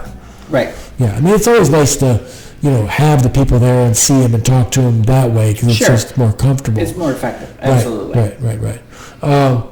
So but when life gives you a bullshit sandwich, you got to enjoy the bread, I guess. You got to find something about it that's going to work. That's going to work, because that's what you've got. My entire life since I broke my neck has been adapt or die. Right. Like, fucking figure it out, man. I bought a 20-passenger bus that you see out there. We stripped most of the seats out of it. We put a freaking chair in there that I can sit in and hand controls, and I drive a monstrous. People see me get out there like, what the hell? Dude in a wheelchair just got out of that, and he's getting lumber, and he's going to the job. Right. Like, that's nuts. And to me, it's like, this is what I do. Right. You know what I mean? So, like, didn't die. So I got to keep going. Why act like I did? And I'll tell you what, when I first broke my neck, people were like, that's it. You can't do that job. Right, you're done doing that. Yeah, and I went on to get my real estate license, and I did real estate for like 8 or 10 years, And then my sons got old enough where I was like, all right, let's do some small construction jobs just so I can teach you guys something. It's a much better summer job for you to build a couple decks than it is to go bag groceries. At least you're getting a skill. Exactly. You learn how to do something. Right. And through that, I realized I was wrong. I should have gone right back to doing the construction that I was doing. I can do this from here. It's just instructional now. I'm just teaching guys. Right. And part of what I actually love about my job is teaching guys stuff.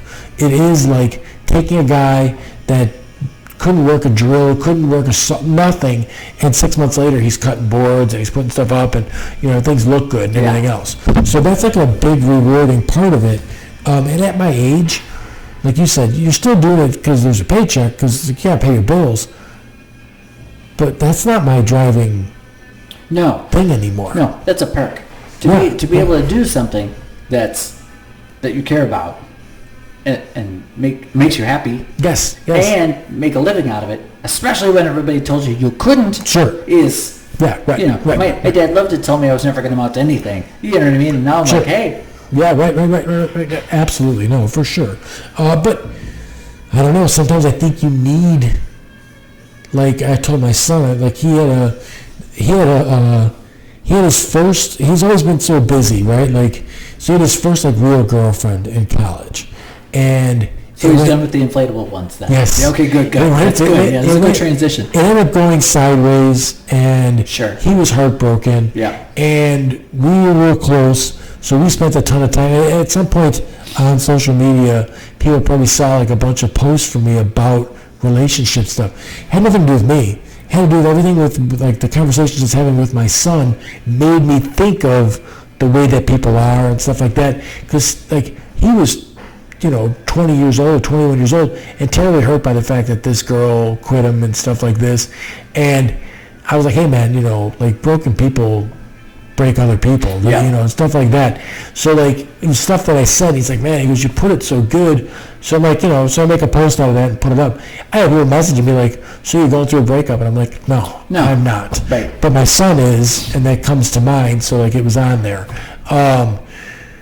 So, as far as that stuff goes, I don't know where I was going with that, but I don't know where I was going with it.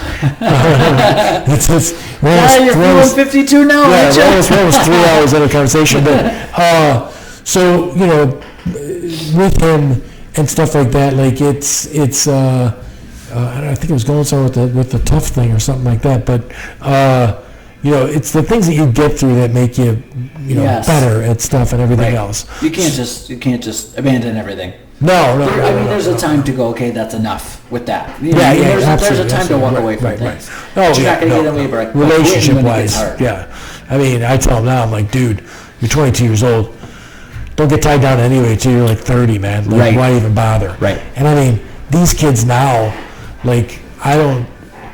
their life is so much different than our life. I say this all the time. Hold on, let me yawn first. Sorry. Okay, so when you and I went to high school, our biggest fear was somebody was going to kick our ass. Yeah, we were going to get our ass kicked. Yeah. Now these kids worry about getting shot in school. That right. Well, where I was going was the opposite, actually. I grew up eating hot dogs and bologna and shitty food. My kids don't ever get bologna or hot. They eat better than we do. Not getting tied down to somebody when you're in your early 20s, when you're probably going to live to be 110, 120. They say the person that's going to live to be 150 has already been born. So no, thank you. No, thank you. I don't want to do that. I don't think that we're in that ballpark. You're good. But think about the fact that, my son's 22. 30 years from now, he's only going to be 62, and 40 years from now, we're going to probably take a quantum leap in healthcare. Yeah. And stuff like that, right? So, they're probably at some point going to figure out how to, almost stop aging. Probably. They're working a thing down to the genes and everything else. You've seen that CRISPR thing, right? And everything where they, have it where, they can make babies that won't get cancer and won't get... It's a little bit playing God here and crazy. Right. And I'm not even, I don't believe in God in the first place. But I'm not sure if I believe in him or not, but I believe that if he's real, he's kind of a dick. Oh, yeah. Sorry. My joke is always like, it's a kid with an ant farm that shook it up and threw it down and walked the fuck away. Yeah. Yeah, because, there's too much shit that's gone way... This thing's boring. Yes, right. Another universe for me. Yeah. So, yeah, do the things you want to. Like, I definitely, I think, I don't know, the rankings come out tomorrow, but he was ranked 10th in the country last week, and he did good this past week, and I'm sure he'll be right there again. So wrestling, and he's an engineering student, they've been really focused on that stuff. I want him for sure, he's going to be in by you at some point, because he needs to play an instrument of some sort. Like, he should play the guitar, play the drums, figure it out, man. Go, do something like this.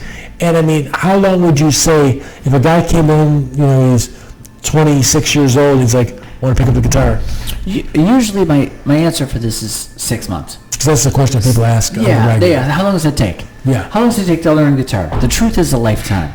I'm still learning about guitar. You absolutely. Can learn, you get better and better. You're not going to master it. You're never going to master it. Yeah, right. But it's always going to get the best of it. That's the point. Right. Until it really starts to click and you're really starting to get fluent and recognize things, 6 months to a year. Yeah. It drives me crazy when some kid, they'll sign some kid up and they'll go, he wants to try to play guitar. Okay, great. Let's give it a try. They give it a month. I'm like, no, dude. In the first month, you got finger exercises and jingle bells and Mary Had a Little Lamb. Yeah, and crap nobody wants to play that I need to teach you to get control of your fingers. Sure. A month is not a try. No. That's not a try. Same with wrestling. I had kids that showed up, and what we do is we practice for a month. Then we go to the first tournament. Right. They go to the first tournament, get their ass handed to them, and the mom goes, goes, want to quit. Yeah, maybe it's not for Johnny. And I'm like, make it for Johnny. Well, this is not enough time. You've got a sliver of seeing what this is about. My kids, it wasn't even a question for the first 2 seasons. You wrestle 2 full seasons, and then look at you and go, something you want to do? Yeah, okay. Because you got it. You figured it out. Now you're winning stuff and everything else. You got to know something about it. Yes. You got to learn something about it. Right. And I go back to that kid. I had that kid 3 or 4 months, and he was not playing that well. And I was like, this kid's not going to make it. Yeah. You know what I'm saying? Sure. Month 5, it clicked. Everything fell right into place. Right. You know what I mean? I think that situation's got to be a thing where if you want it bad enough. Oh, yeah. Because there's so many levels to playing guitar. Yeah. Like, if you're... So, is it, I don't know that much about the guitar thing, is it much more difficult to be a bass player or... I don't think so. I don't think it's... I've heard before that it's hard to play violin. Oh, it's hard to learn that. That's a difficult instrument to play. I think if you really got the desire or the drive to do it, or you've got the instrument that you're most interested in, go back to that acoustic electric thing, you know what I mean? Does anybody ever come to you with something weird, like I want to play the harp? Not really. There's a couple instruments that I think are dying arts. Like, nobody ever asks for the harmonica. People rarely ask for the banjo. No one ever asks for accordion. I don't have teachers for those things anyway. Yeah, right. But no, I don't usually get. You know what I mean? Like, it's. No one's played the ukulele. We got a lot of ukuleles, dude. Yeah. That's hit a resurgence in the last couple of years. Okay, So we got a lot of ukulele kids. Trying to think if anybody's asked me for stuff that's really weird. No, not really. Right. I would say not really. Yeah, nothing like that. A family, But now, do you do like the saxophone and all that kind of stuff too? Yeah, all the horns. We have a great horn teacher who can teach just about anything brass. Nice. And he's really super cool. I try to hire the really super cool people. You know what I mean? Like, this guy's got a degree, but he's boring as hell. No, that's not who I want. Well, the thing is that if you it's got to be fun. I always thought the horns was like a kind of a silly band thing and everything else. But then when I started listening to some rock music that's got it in there, oh man, there's some cool ass songs with horns in them. Yeah, my teacher Kevin is like this guy in Shanahan. He can play all kinds of horns, and he plays in all kinds of bands. And he's got the 50s hairdo. Yeah, super cool guy. And as soon as he started teaching there, I was like, oh, we got to get you in the studio with this band or another band. We got to put some saxophone on this. You got to do, cool, man. Let's do that. Yeah, yeah, nice. Yeah, super cool. Yeah. So, I don't to say if you don't want to, but cost-wise, what? I pride myself on having the best rates in Will County. Okay. So we charge by the month, and it's $90 a month. So that comes out to $22.50 half an hour. You get one lesson every week. Nice. For 4 weeks. Everybody else is, a little bit higher than us. I think they're, unless you're School of Rock, then you're like 5 times higher than us. I think everybody's generally about $25, $30 a half an hour. Nice. So I try to keep us on the lower side. Yeah. Right. Because I think that parents are more willing to, let kids try things if it's not outrageously expensive. Because you get the parents to come. I get the parents to come and go, he wants to try guitar, but I don't want to spend $1 million on a guitar. Yeah, no, don't do that. Right. Let's get him something that feels good, that's affordable, and if it doesn't work out, you're not in the whole $600. Come on, let's be reasonable about it. Right. Cool. Well, I will definitely put a link. Yes, thank you. On there, so that people can go there as far as that goes. But we're about 3 hours, man. Cool. Probably should. Probably knock it off. Yeah, get you at least heading in the right direction back home. But good conversation, man. I love it. I mean, it's going to be interesting. It's interesting to see how long it takes me to get out of your neighborhood. Right. Like I said, they shut the road off, and it's all weird. Everyone's up behind my place. It was funny because I'm sitting in front of this house, and the GPS is going, the destination's on your left, and I'm like, that's not the number I asked for. Yeah. So it's not on my left. Yeah. I don't know how the Amazon guy gets here all the time, but they always do. The only thing they sometimes do is they bring it to my neighbor's place. Right. But I think we even managed to stay on topic. We were pretty on topic. Pretty good. I thought we did pretty all right. Sometimes I get a conversation. It's like I had one with a real estate chick, and we were like, it went on to like porn and like all kinds of other crazy shit. I mean, we could talk about porn if you want to, right? That's all right with me. We did pretty good though. We were pretty focused. Yeah, pretty much. I mean, music-wise, good golly. Yeah, I could go on forever. Yeah. You know what I mean? Yeah, right. That's one of the things about working in the guitar business is like somebody brings something in for repair and they're a guitar geek like I am, and we'll stand there for an hour and talk about all kinds of dumb stuff. You know what I mean? Like other people walk through and go, okay. Yeah, but that's like the good stuff, man. Like you said, like you're never going to master something like this so awesome, because then the rest of my life I can just try to. Right. Yep. Like, what's better than that? Right about the time I start feeling like I'm a pretty good guitar player, I'll go to some concert and see somebody and I'll go, hey, guess what, Steve? You don't know shit about this. You better go home and like get back to it. Yeah, right. Or some kid will come in for a lesson and I'll be playing a chord and they'll move their hand in some way and I'll go, oh my God, why didn't I think of that? Like, that's like so obvious. Right.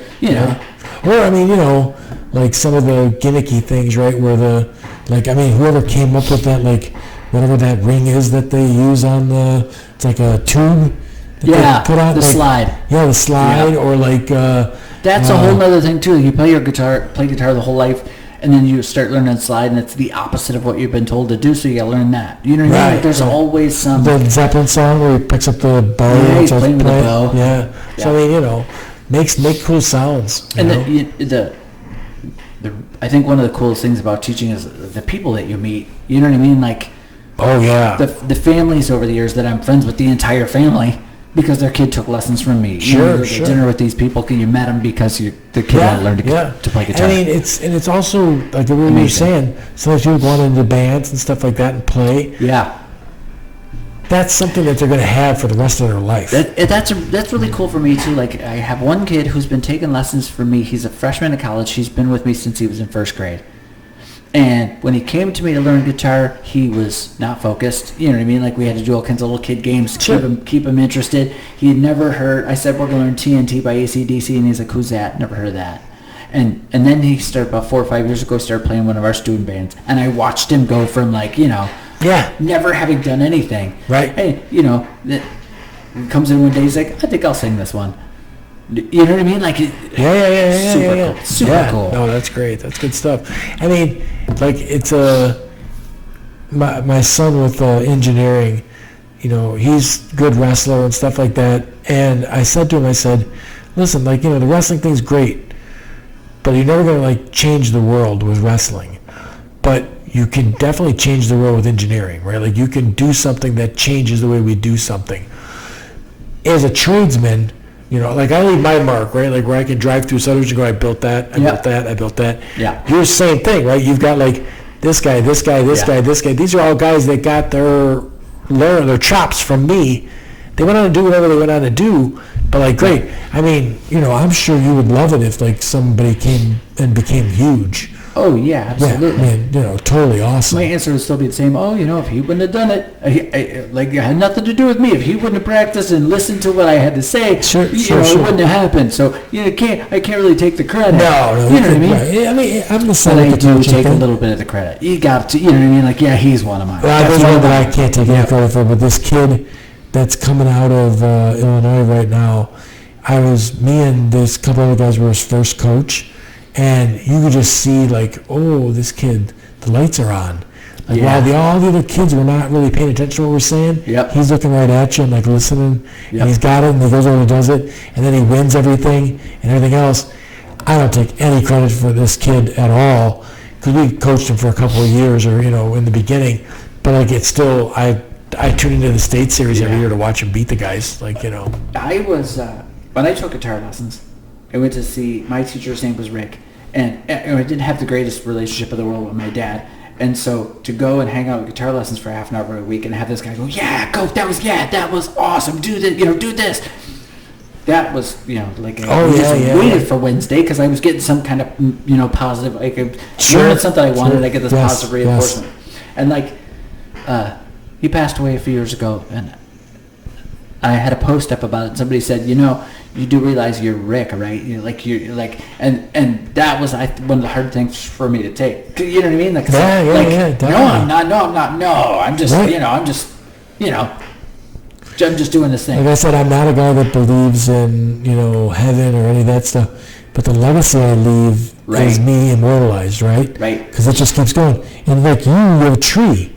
Because like that guy might teach somebody, and then that guy might... Right. You do it all for the music. Yes. Whatever it takes to further the music and keep it going. Yes. Yeah, for sure. Well, cool, man. Thanks for having me. Yeah, I appreciate you coming out. What you call it? Hopefully, I'm really glad things go well. Like, that everything. I would have hated to get a hold of you years later, but I'm working at a gas station now. Yeah. It is what it is. I still had a conversation with you because it was fun, just talking about all the other music stuff, Yep. So. Absolutely. Cool, man. Cool, man. Thanks. Shut it down.